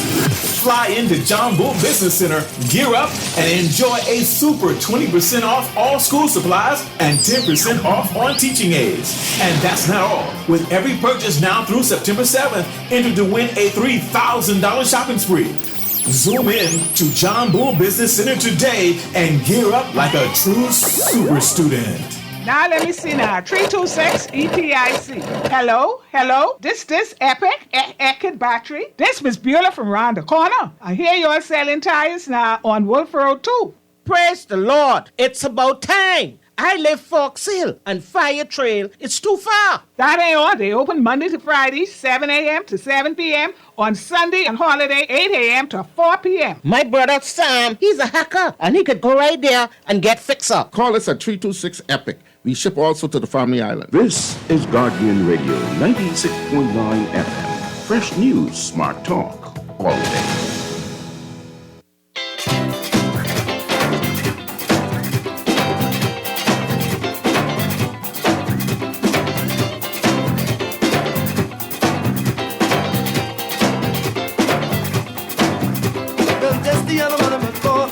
We are back with Morning Blend on Guardian Radio 96.9. Dwight Strachan along with DeAndrew Cartwright. And yes, we are changing gears. We needed to after all Yes. that. We're very happy to have our guest here from St. Joseph's Church to talk about the... from St. Martin's, from the convent, yes. Oh, okay. See, Yes, although they're very closely related. Some botched information, but St. Martin's Convent. Monastery. To talk about the stakeout that's happening. This is the annual stakeout. And we've got Sister Marva Coakley and Robert Coakley with us this morning. Great to have you with us. Thank you. All right, so let's Thanks for clear it having up. us. Tell us about St. Martin's and what St. Martin's is all about.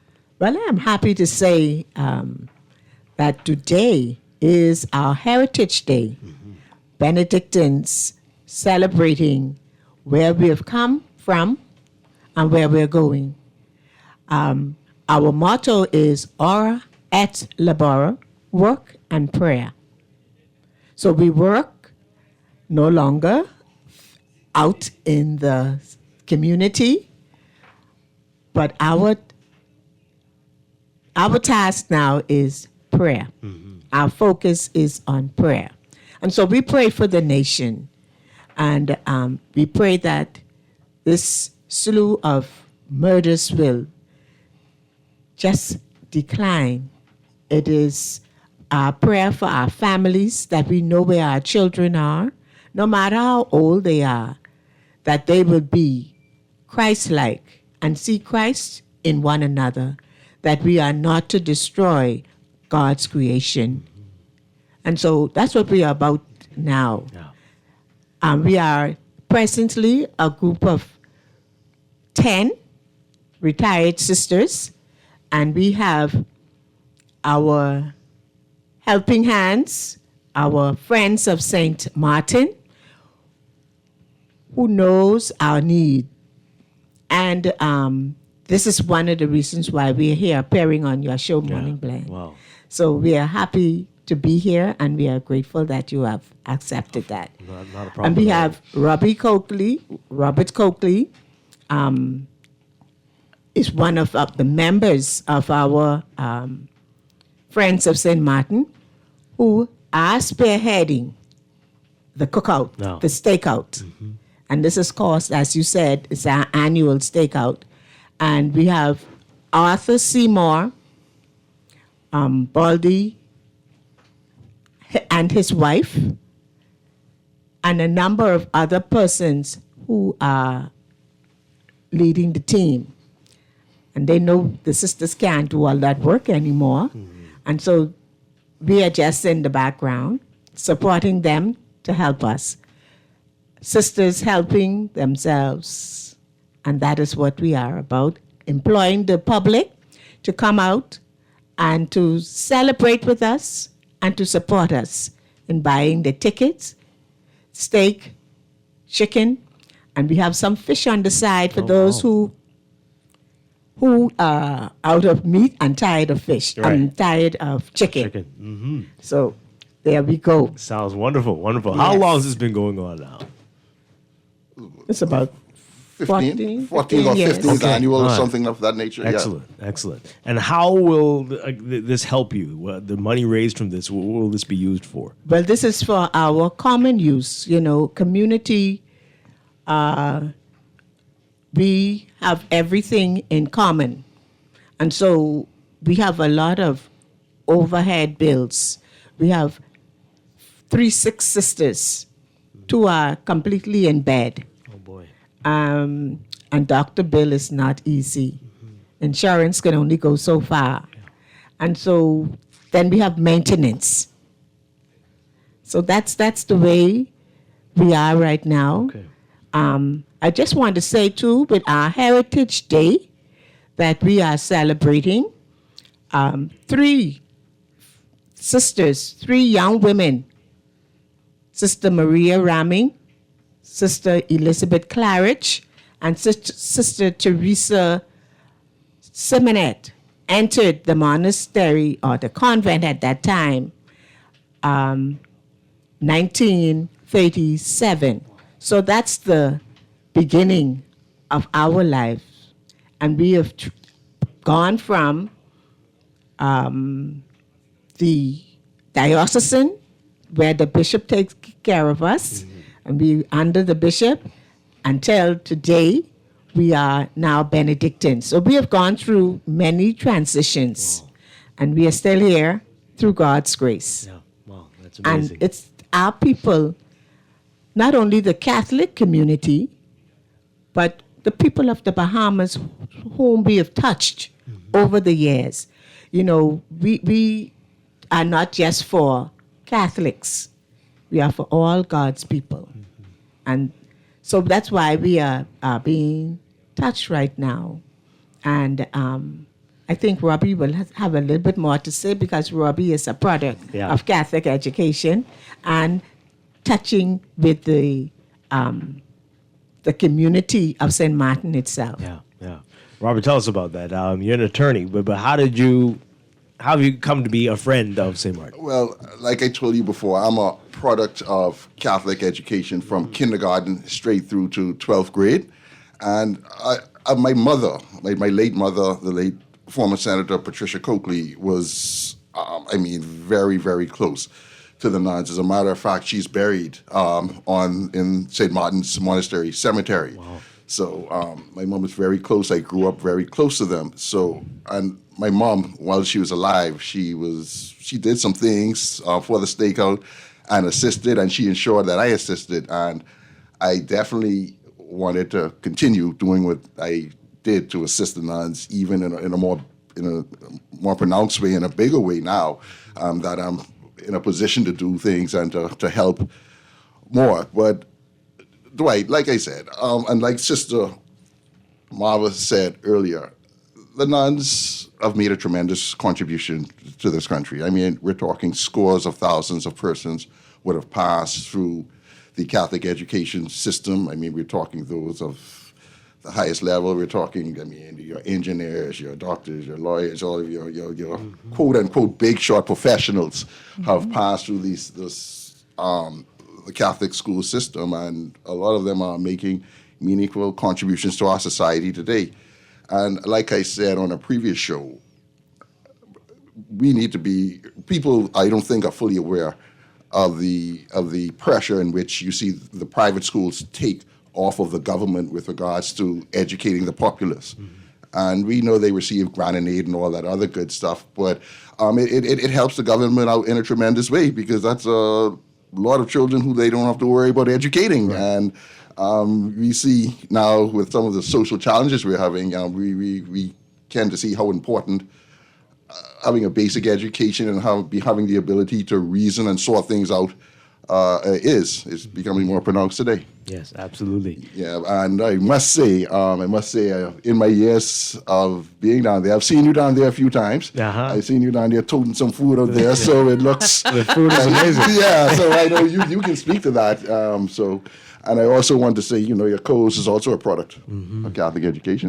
I was just waiting for you to round out that list of well-performing Bahamians to say, hey, you can add a radio host and former diplomat to that list. I was going to get of those who are Catholic educated.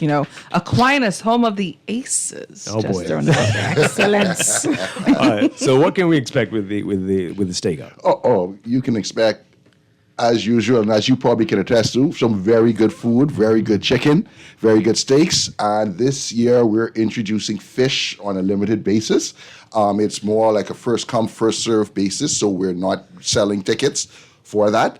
But like I said, you come around, you've been around, you've seen the camaraderie, you've seen the atmosphere. It's just a good old hangout time. I mean, it's not like a full-fledged fair, but you come down there, you're not just going to grab your food and go, because we have other things there. We have snow cones, we would have comforters and other pastries and other stuff going on there. But we're down the road, we're looking to do some things to expand. But as it stands right now, we're kind of more like a little small fair type thing, but we'll see how things go in the future. Yeah. Give us the date and the time and how people can buy tickets. Okay, the date is the 27th of July at St. Martin's Monastery. So that's Saturday coming. Yeah, Saturday coming, yes. That's right on Nassau Street. You can't miss it. I think most people know where the convent is.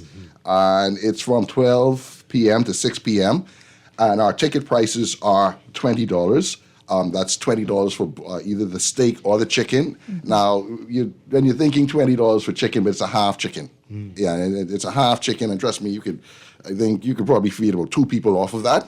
So it's a pretty good deal. So But it's also a very good cause, though. Oh, honestly. absolutely, yeah. So you're getting something back for your donation to assist in the ongoing efforts of the ladies down absolutely, there. So you're absolutely correct. Yes, so it's consider it a donation rather than a purchase. a for very tasty food. Okay, coming from somebody who looks to support the churches on the weekends and whatnot through my donations to get food that I know is cooked well. Lord, I've been dreaming about these steaks. I've been waiting on the day. And don't forget about the pastries; they will be up there. Is it the famous? Listen, so everybody who grew up around the Catholic system, we all know about the goodies that came from the monastery. Okay, so to be back on property, getting the good food and having the sweet goodies, that's just the perfect Saturday, man. And what I pray, and I'm going to say this in front of Sister Marvel, I know they're an aging community. They have some very good pastries. I do not want to happen to like what happened at St. Augustine's Monastery with Brother Henry and those muffins when he passed and we get them no more. Right. I'm going to say it in front of her. We're not going to allow that to happen. We're going to start our cooking lessons and we're going to get some women baking. Pass the and we're recipe gonna- on. Oh, That would absolutely. actually be a good fundraiser. I Yeah. like the idea of that because the tarts. Oh.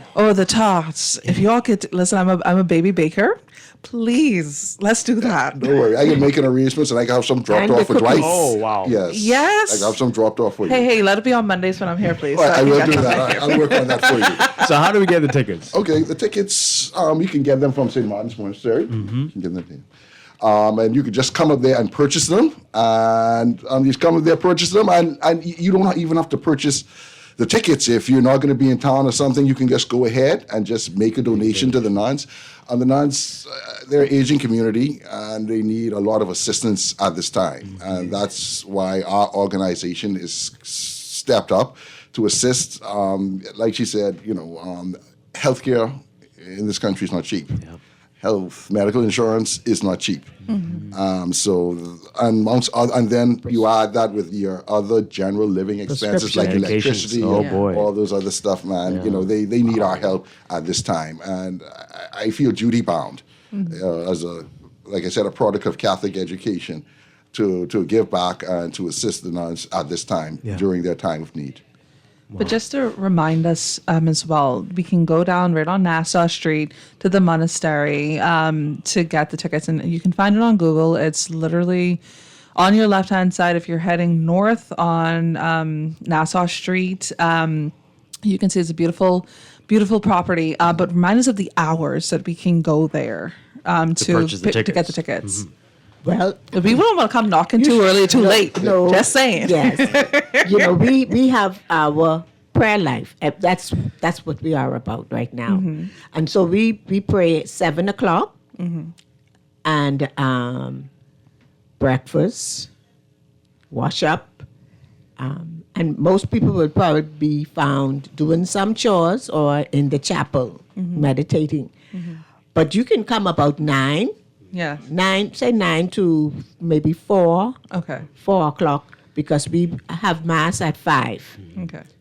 And then we have mass at 5, followed by dinner, and then we have prayers at evening vespers at 7 o'clock. Okay. Vespers So is so beautiful. I think it don't come after 8. I think most people are turning in by that time, but 9 to 4 sounds good. 9 to 4 sounds a little bit better. And I'm saying it loosely because I know some people may be coming from work, Yes, and they just want to come and pass pick up. by. Yeah. You could also call, and we'll have it waiting for you. Okay. That's Or right. give us the say number. how many steaks, how many chickens, right? Dinner, And then What's the so number to call? The number is 3235517. Okay. And also, can people purchase dinners without tickets on Saturday, just in case they're unable to get down? Yes and no. I mean, we Okay. would encourage persons to Get the buy tickets tickets, ahead but of of time. course, there are always situations where, you might be in a position to sell directly out there at the stakeout. So I would encourage persons to purchase tickets as opposed to taking a risk and coming out there to try to Don't buy. take the risk. When I tell you these steaks are worldwide famous. Like, honestly. No, who's responsible for the steaks? I mean, they're extremely tender. Tender. Tender, good stuff. A very, very, very good crew of people who know how to cook. Wow. Yes. You notice he's not giving out. And who any knows of the how to secrets. flip the, work the grill.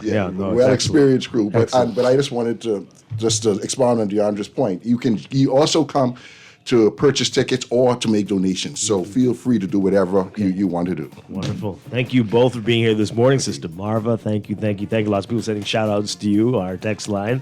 And Robert Coakley, thank you for being here this morning. Thank you so much. It's a Martin Monastery Steak Out this Saturday, right there at the Monastery grounds on Nassau Street. Nassau Street. Hey, everybody, God bless you and thank you. Thank you for being here. We're going to take a quick break for news and be back with Morning Blend Business. Stay with us.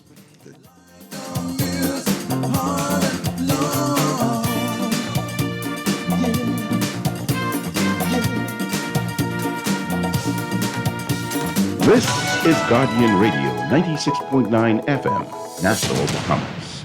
They say, whether you're a baby boomer or a Gen X, Y, or Z, Easy Car Sales invites you to be part of the new Generation E.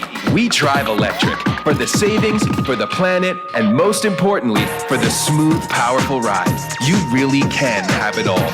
We love our EV, and we are Generation E. Join us. Everyone is welcome. Visit IamGenerationE.com to find out more. Brought to you by Easy Car Sales. All those loans I had were so overwhelming. Fidelity's debt consolidation loan combined all my loan payments into one easy payment with a built-in savings plan that pays me unbeatable interest. It's time to make that move to Fidelity. Call 356-7764. Fidelity, we're good for you.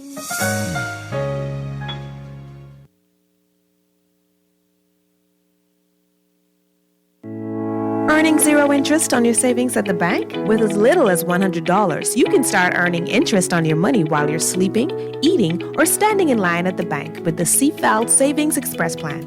Ready to invest? Start by putting $1,000 into our mutual funds and earn interest there too. Because at CFAL, your interest is our interest. Visit CFAL.com to start now. CFAL, growing wealth for future generations of Bahamians.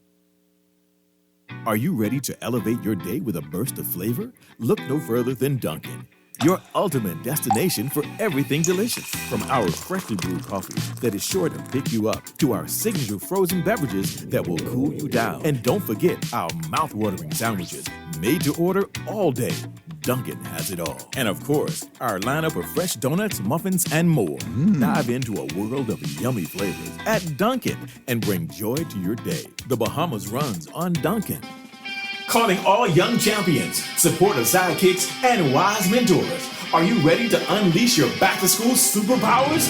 Fly into John Bull Business Center, gear up, and enjoy a super 20% off all school supplies and 10% off on teaching aids. And that's not all. With every purchase now through September 7th, enter to win a $3,000 shopping spree. Zoom in to John Bull Business Center today and gear up like a true super student. This is Guardian Radio, your station for up-to-the-minute news, intelligent, interactive, and engaging conversation. 96.9 FM. The views and opinions of the hosts and guests are their own and do not necessarily reflect the position of the management and staff of Guardian Network. Wake up, it's a new day. Wake up, it's a new day.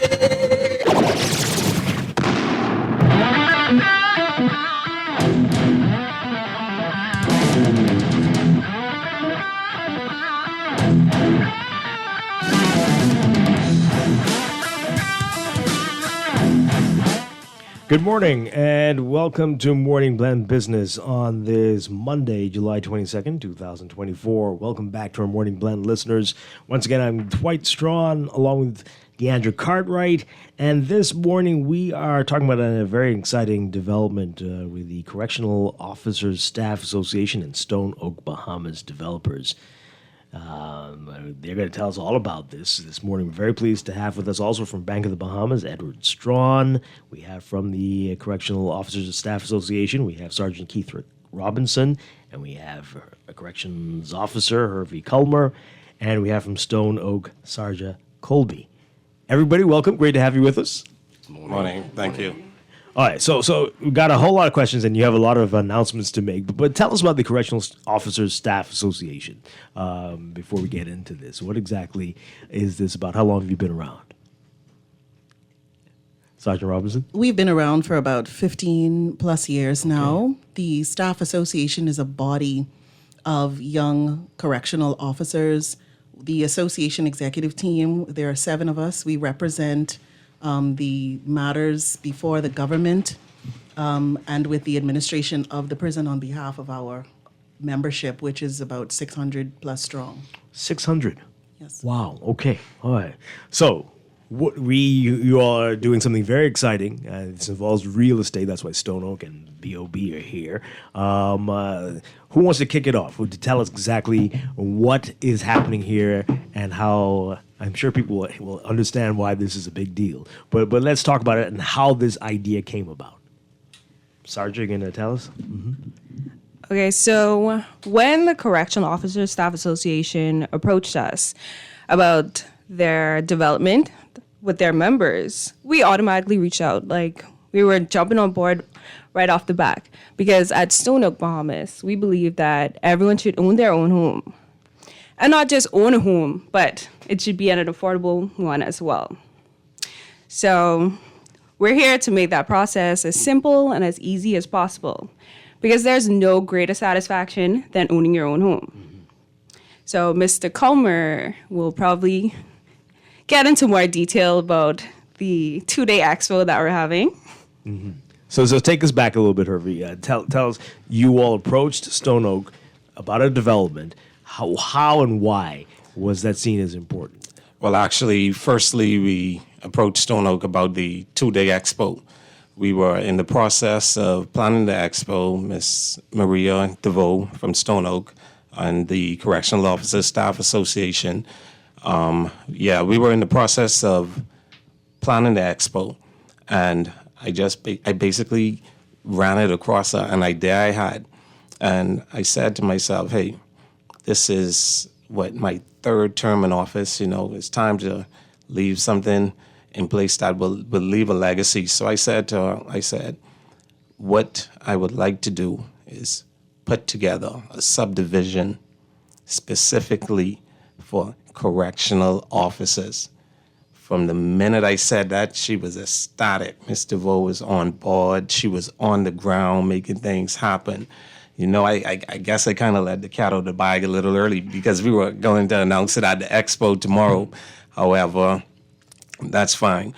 We've identified a few possible sites, and we're just crunching some numbers, and we're moving forward with bringing that plan to fruition. Mm-hmm. Can you say the name, or you want to leave that as a surprise? Well, I'll let the cat out of the bag. You've come this far, you might as well. Yeah, I might as well.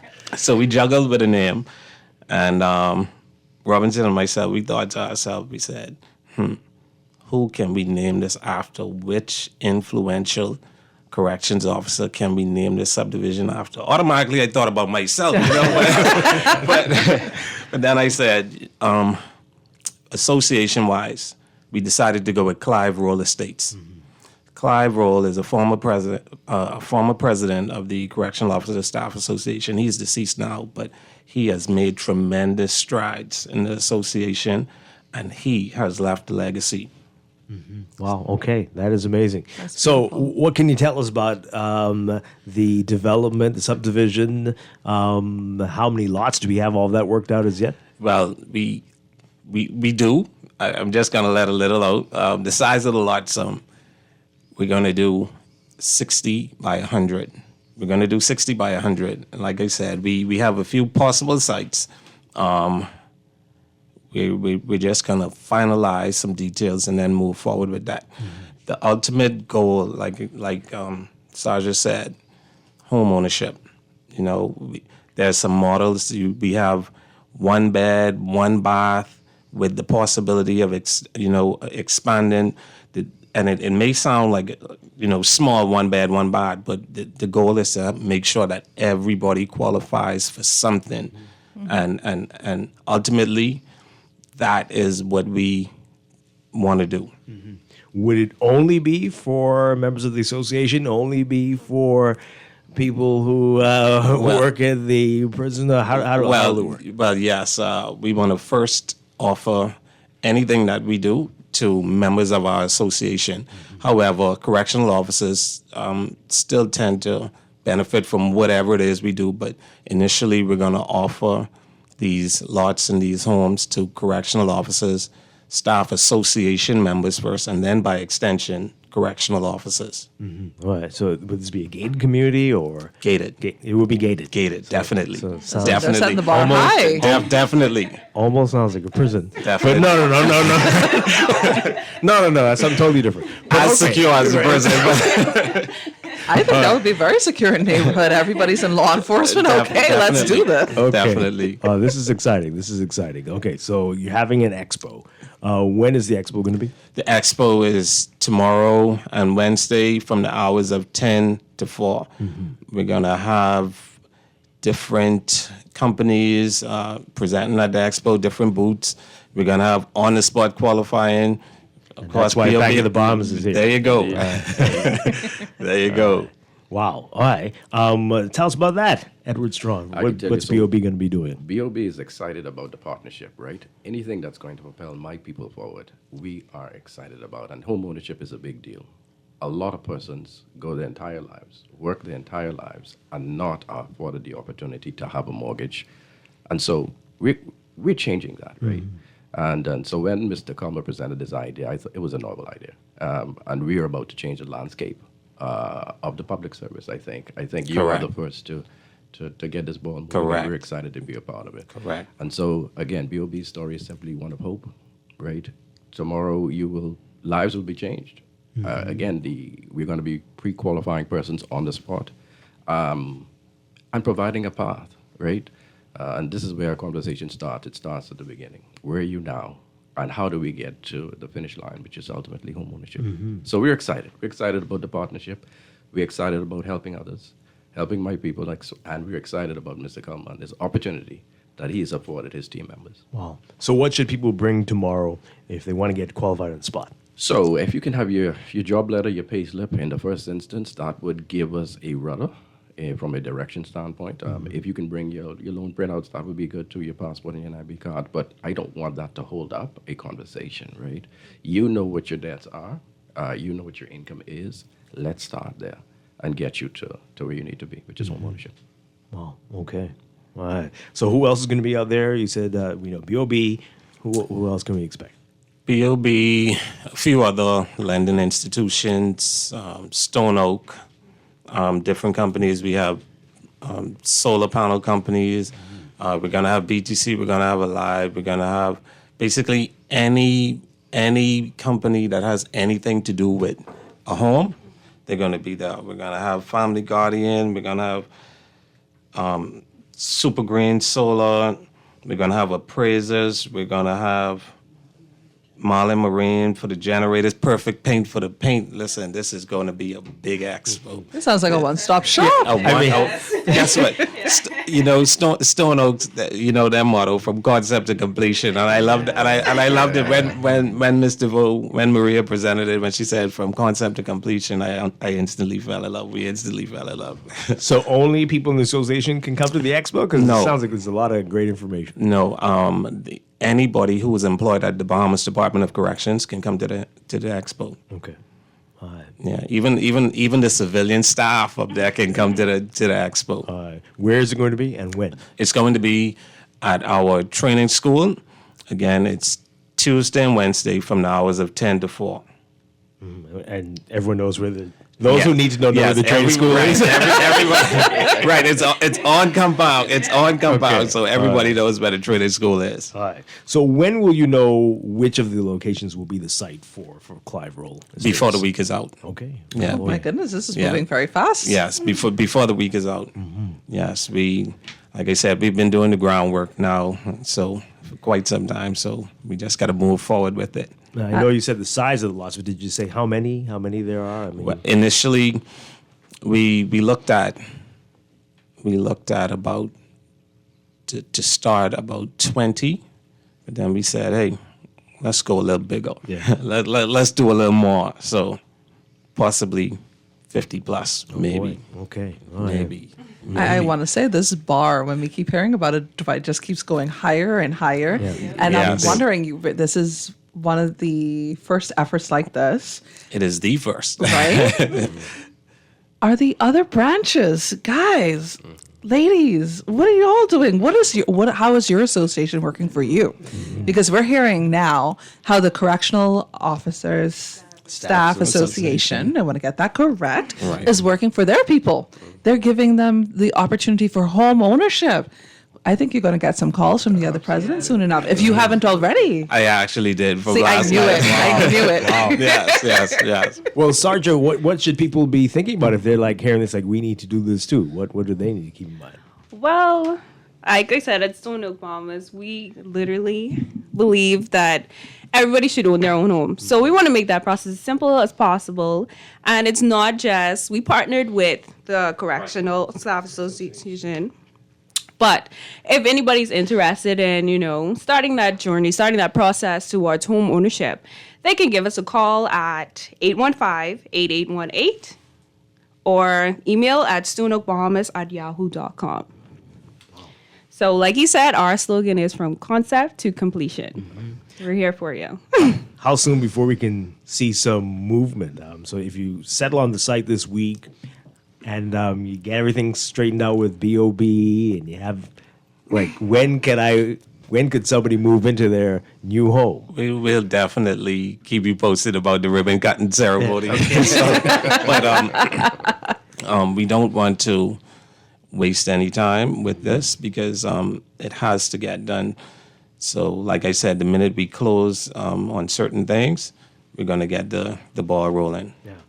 I know you said even one bedroom, but I mean, can you do townhouses? Can you do? But definitely, like I multi-apartments? said, Stone Oak has a number of models. The 1 bedroom, 1.5 bath. It's just a starter. Like I said, for those who aren't able to qualify for anything else. Right. But that 1 bed, 1.5 bath also has room for expansion. So whenever you get some little extra funds, your ASU drawer or whatever, you can always add on to that. Yeah. Robinson, what are you hearing from your colleagues? Are they excited? What's the atmosphere like? People are excited all hours of the night. We get text messages. We're getting calls. Everyone is bum rushing the human resources department trying to get those job letters out. They're flocking the accounts department to get those slips.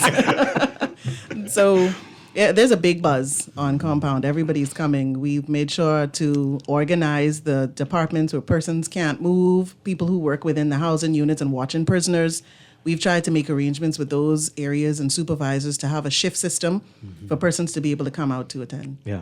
Right. Wow. And if they do miss that, is there another way they can get more information? But definitely, that's why it's a 2-day expo. Because of our shift system, we'll basically catch every shift between those 2 days. Mm-hmm. All right, so I know I'm curious, Deandra. I mean, you're not saying exactly where, but can you give us an idea of where this might be, the locations you're looking at? We have possibilities in the west and the east. Okay. I tell you, options. Right, we have possibilities in the west and the east. You could do Clive Road 1 and Clive Road 2. Maybe, maybe. Building it big and better. That definitely. Yeah, wow, this is very exciting. Very You exciting. can imagine not owning your own property in the east, able to just drive right down the road and go to work. work. Going to work. That's right. Oh, so and that's one of the things we considered when we were looking at the location. Yeah, that's a good one. All right, so Strachan, any other tips you want to give to people who are thinking about this home ownership, really wanting to do this, do's and don'ts that you'd recommend? Well, a couple of things. So what I'm excited about is this words rather, it's tailor-made, right? And so to the extent that persons come in and they're being pre-qualified, what we're going to do is actually tailor-make a mortgage specifically for you. What we want to do is we want to ensure that your basket is not too high, that you're still comfortable and you're able to breathe. And not only breathe, but breathe easy, right? Right. We're excited about, again, putting persons in their own home. And watch this, allowing persons to leave a legacy for their family, right? What is life without a legacy? And so we're excited that Mr. Culmer's already actually entrenched his in this again, novel idea, and we know that it will be successful. BOB is 100% behind this, and we are going to move persons, again, from not only from concept to completion, but also from zero to home ownership. Excellent. We're excited. Yeah. Keith Robinson, you look like you have something to say. We just wanted to wrap up the interview with thanking our commissioner, Mr. Don Clare, who has allowed us to hold an expo of this size on the prison property. You know, the prison is a secure environment where we don't normally open our gates to so many outsiders, but he saw the vision and he agreed with us that something like this is remarkable. So we want to thank Commissioner Clare for allowing us to have this on site where it's more accessible to every correctional officer. And let's not forget about Chief Corrections Officer Roland Forbes, who actually cleared out the venue. She cleared out the venue for 2 days because we have recruits in training now, and that's the area that they normally utilize for the class. So we got to give a special thanks to her as well, her and her staff complement. All right. One more time, remind folks about the expo, where, when, and what they need to do. Okay. For the 2 days. Okay. The expo is at the training school on Kampong at the Bahamas Department of Corrections between the hours of 10 to 4. So we encourage everybody that's coming to walk with their job letters, their pay slips, their passport, NIB, forms of ID, and any and everything they would need, just to get the ball rolling. You're going to have pre-qualifying on the spot. And again, I'm going to let the cat out of the bag. Giveaways every hour, you know? So giveaways every hour. Excellent stuff. This is very exciting, and you're going to keep us posted on this. Definitely. Murphy Culmer and Keith Robinson, and of course, Edward Strong from Bank of the Bahamas, and Sarja Colby from Stone Oak. Thank you all so much. Again, good luck. And keep us posted. Thank you. Thank you. All right. We're going to take a break and be back with more Morning Blend Business here on Guardian Radio 96.9. Stay with us.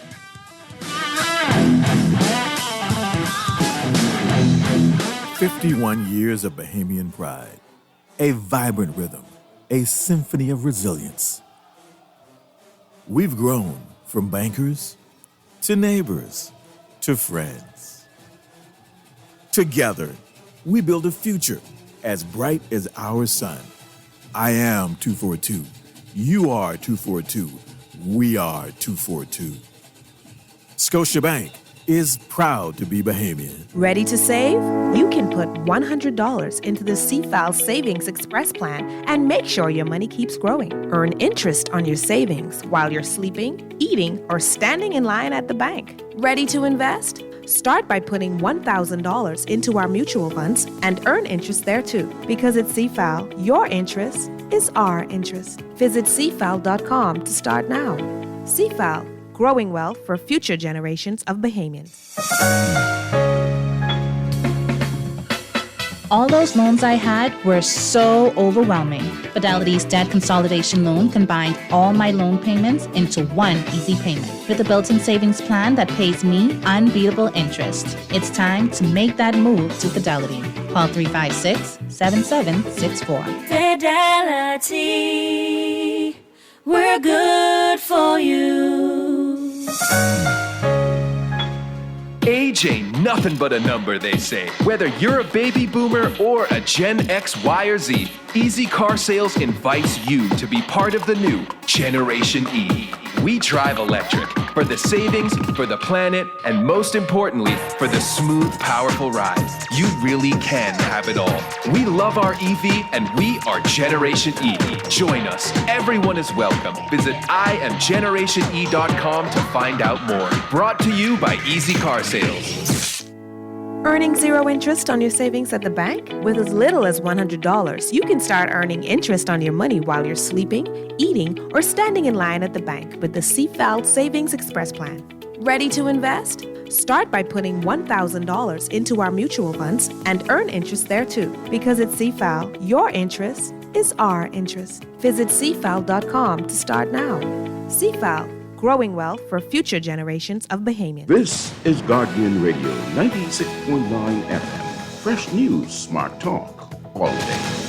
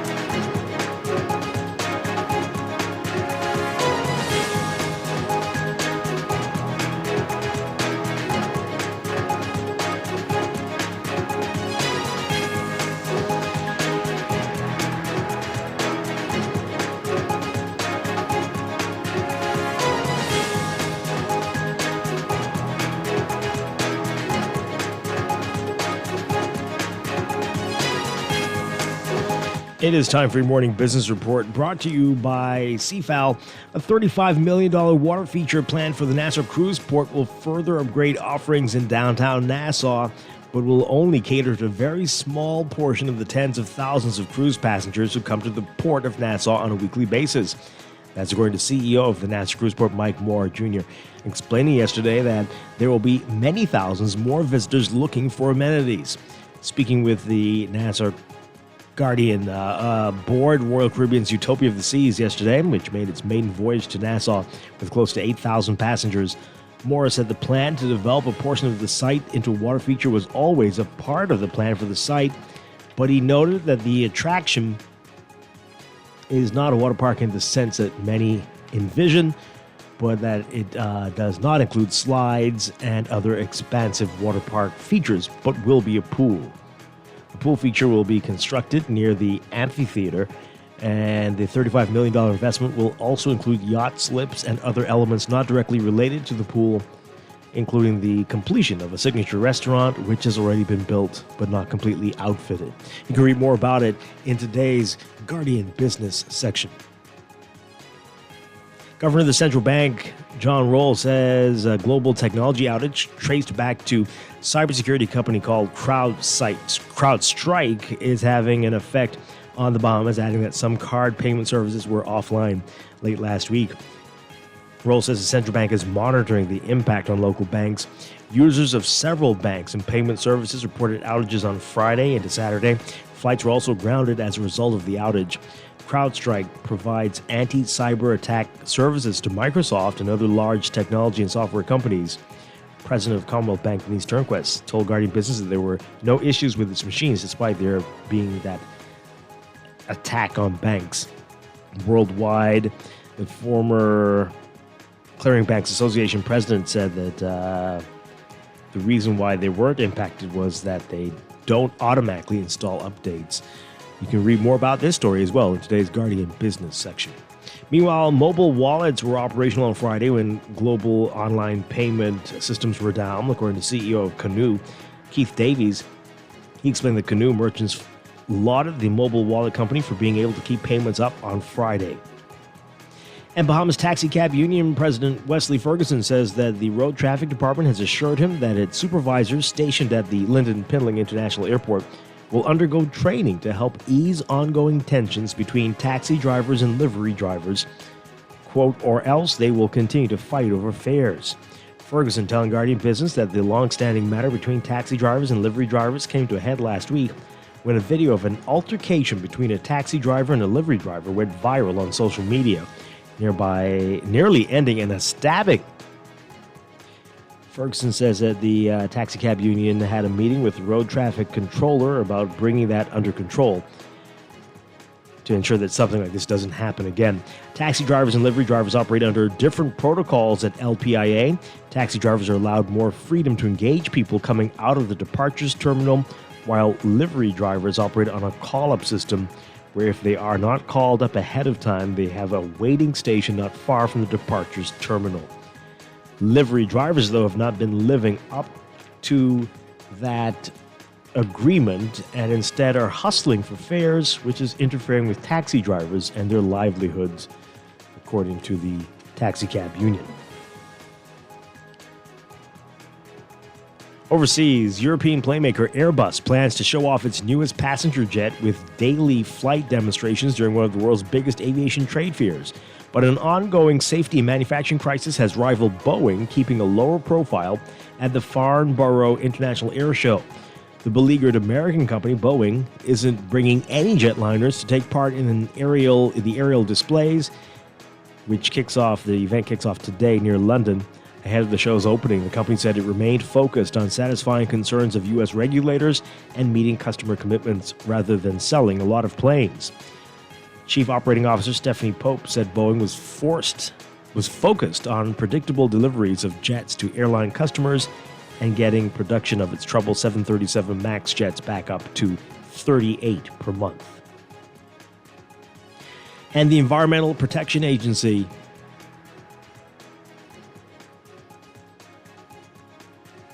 awards $4.3 billion to fund projects in 30 states to reduce climate pollution. The money will go to 25 projects targeting greenhouse gas emissions from transportation, electric power, commercial and residential buildings, industry, agriculture, and waste material management. The grants are paid for by the 2022 climate law approved by congressional Democrats. The law, officially known as the Inflation Reduction Act, includes nearly $400 billion in spending and tax credits to accelerate the expansion of clean energy, such as wind and solar power, speeding the nation's transition away from the oil, coal, and natural gas that largely cause climate change.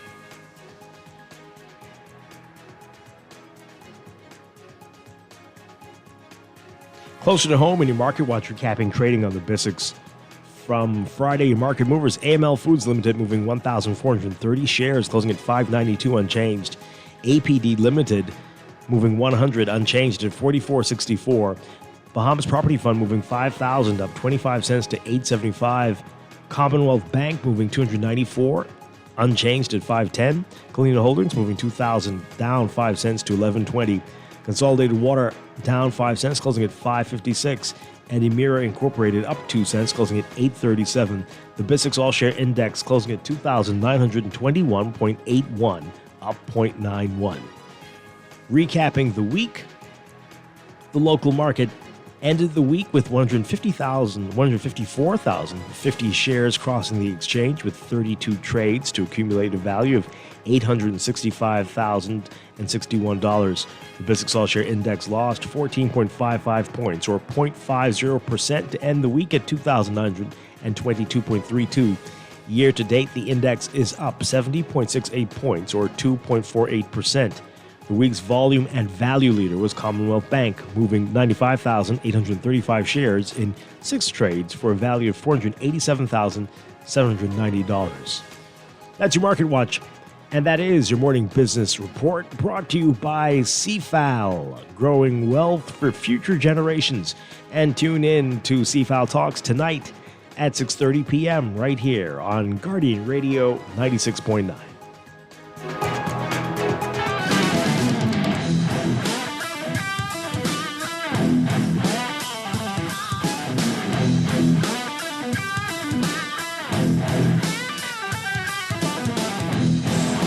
51 years of Bahamian pride, a vibrant rhythm, a symphony of resilience. We've grown from bankers to neighbors to friends. Together, we build a future as bright as our sun. I am 242. You are 242. We are 242. Scotiabank is proud to be Bahamian. Ready to save? You can put $100 into the CFAL Savings Express Plan and make sure your money keeps growing. Earn interest on your savings while you're sleeping, eating, or standing in line at the bank. Ready to invest? Start by putting $1,000 into our mutual funds and earn interest there too. Because at CFAL, your interest is our interest. Visit cfal.com to start now. CFAL, growing wealth for future generations of Bahamians. Age ain't nothing but a number, they say. Whether you're a baby boomer or a Gen X, Y, or Z, Easy Car Sales invites you to be part of the new Generation E. We drive electric for the savings, for the planet, and most importantly, for the smooth, powerful ride. You really can have it all. We love our EV, and we are Generation E. Join us. Everyone is welcome. Visit iamgeneratione.com to find out more. Brought to you by Easy Car Sales. All those loans I had were so overwhelming. Fidelity's debt consolidation loan combined all my loan payments into one easy payment with a built-in savings plan that pays me unbeatable interest. It's time to make that move to Fidelity. Call 356-7764. Fidelity, we're good for you. Are you ready to elevate your day with a burst of flavor? Look no further than Dunkin', your ultimate destination for everything delicious. From our freshly brewed coffee that is sure to pick you up, to our signature frozen beverages that will cool you down. And don't forget our mouth-watering sandwiches, made to order all day. Dunkin' has it all. And of course, our lineup of fresh donuts, muffins, and more. Dive into a world of yummy flavors at Dunkin' and bring joy to your day. The Bahamas runs on Dunkin'. This is Guardian Radio 96.9 FM. Fresh news, smart talk, all day.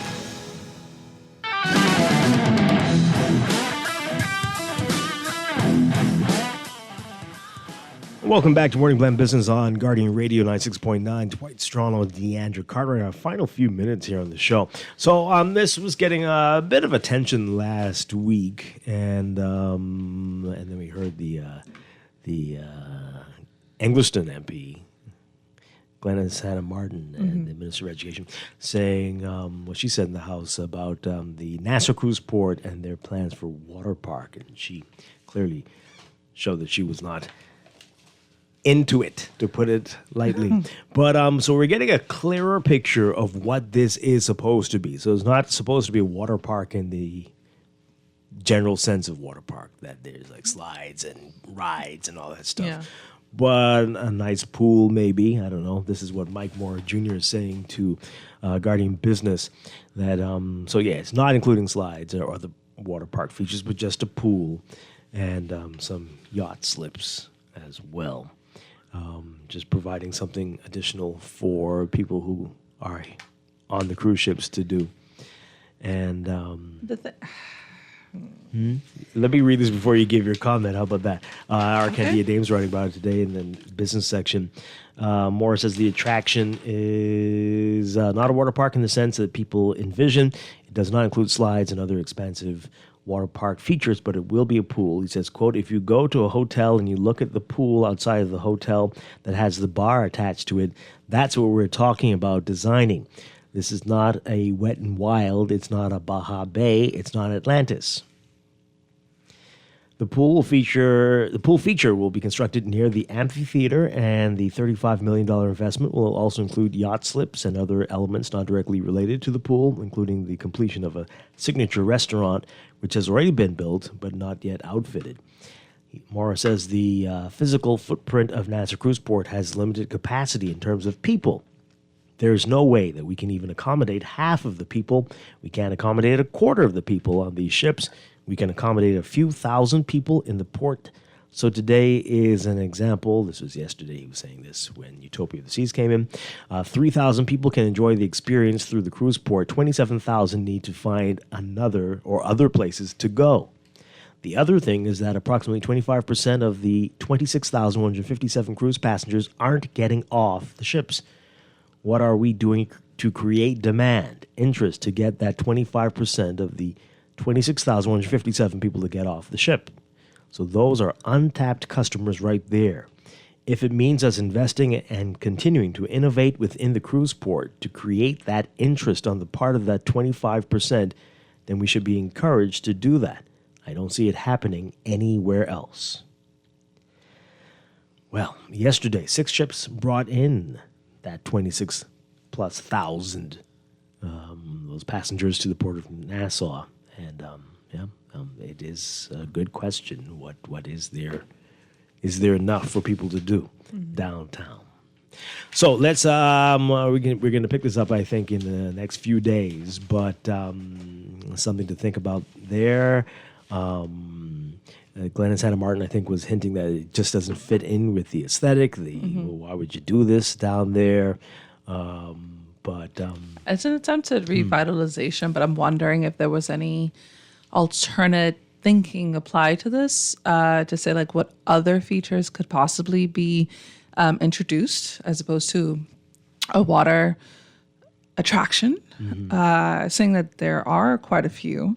Now they are, housed by hotels in most cases. So I think it's almost like if there are so many that are already there, and then it could be argued that Margaritaville, I think, also has like a little pool, lazy river thing happening as well. So there is a pool downtown. British Colonial. But you have to pay to go over there. You have to be a guest. Yes. Yeah. But this one right here, would it be free? Because I mean, that hasn't been said yet. No, so if it's also a paid thing, then you also have other paid options. I don't know. Are they really? But interesting. It's interesting. It is. But I think also it's not necessarily, and of course we can have the experts come on and talk about this. Those who follow Tourism Matters closely and know about the economics behind it. That a lot of the people on the cruise ships are not coming off because they don't want to come off. It's not necessarily about drawing them off. It's that their money is spent on the cruise, not necessarily what's in the port. Yeah. Some of them, and some feel there isn't enough for them to come off the ship for, based on previous experiences or maybe what they've heard. But if they heard that there's something unbelievable going on down there, you need to see it. That's different than any other options that already exist. Right. Okay, so how is this? I mean, if there is, which there is not. Right. Right. And that's what people have been telling us for years, if not decades, that we need to do this, as in other major cities in the world, where every year you go there, there's something new. Like, just because you were in New York last year doesn't mean you shouldn't go again. Yeah. Because there's going to be something what else. else is happening? Right. But the thing about it also, Dwight, is like how are we diversifying the offerings? Yeah, that's and this, what like we're what you're talking saying, about. right? And I just don't think we're doing enough. We're not doing anything. No, so it's like the thought is We've got a bringing problem. in something else that again you're replicating something that's already there. With this, that's what you're saying about this. Yeah. Well, boy. Anyway, That's what it seems like. yeah. Now, if it's for free, okay, I'm sure that the cruise ship passengers will come off and come to the free pool and the free water attraction. But if it's not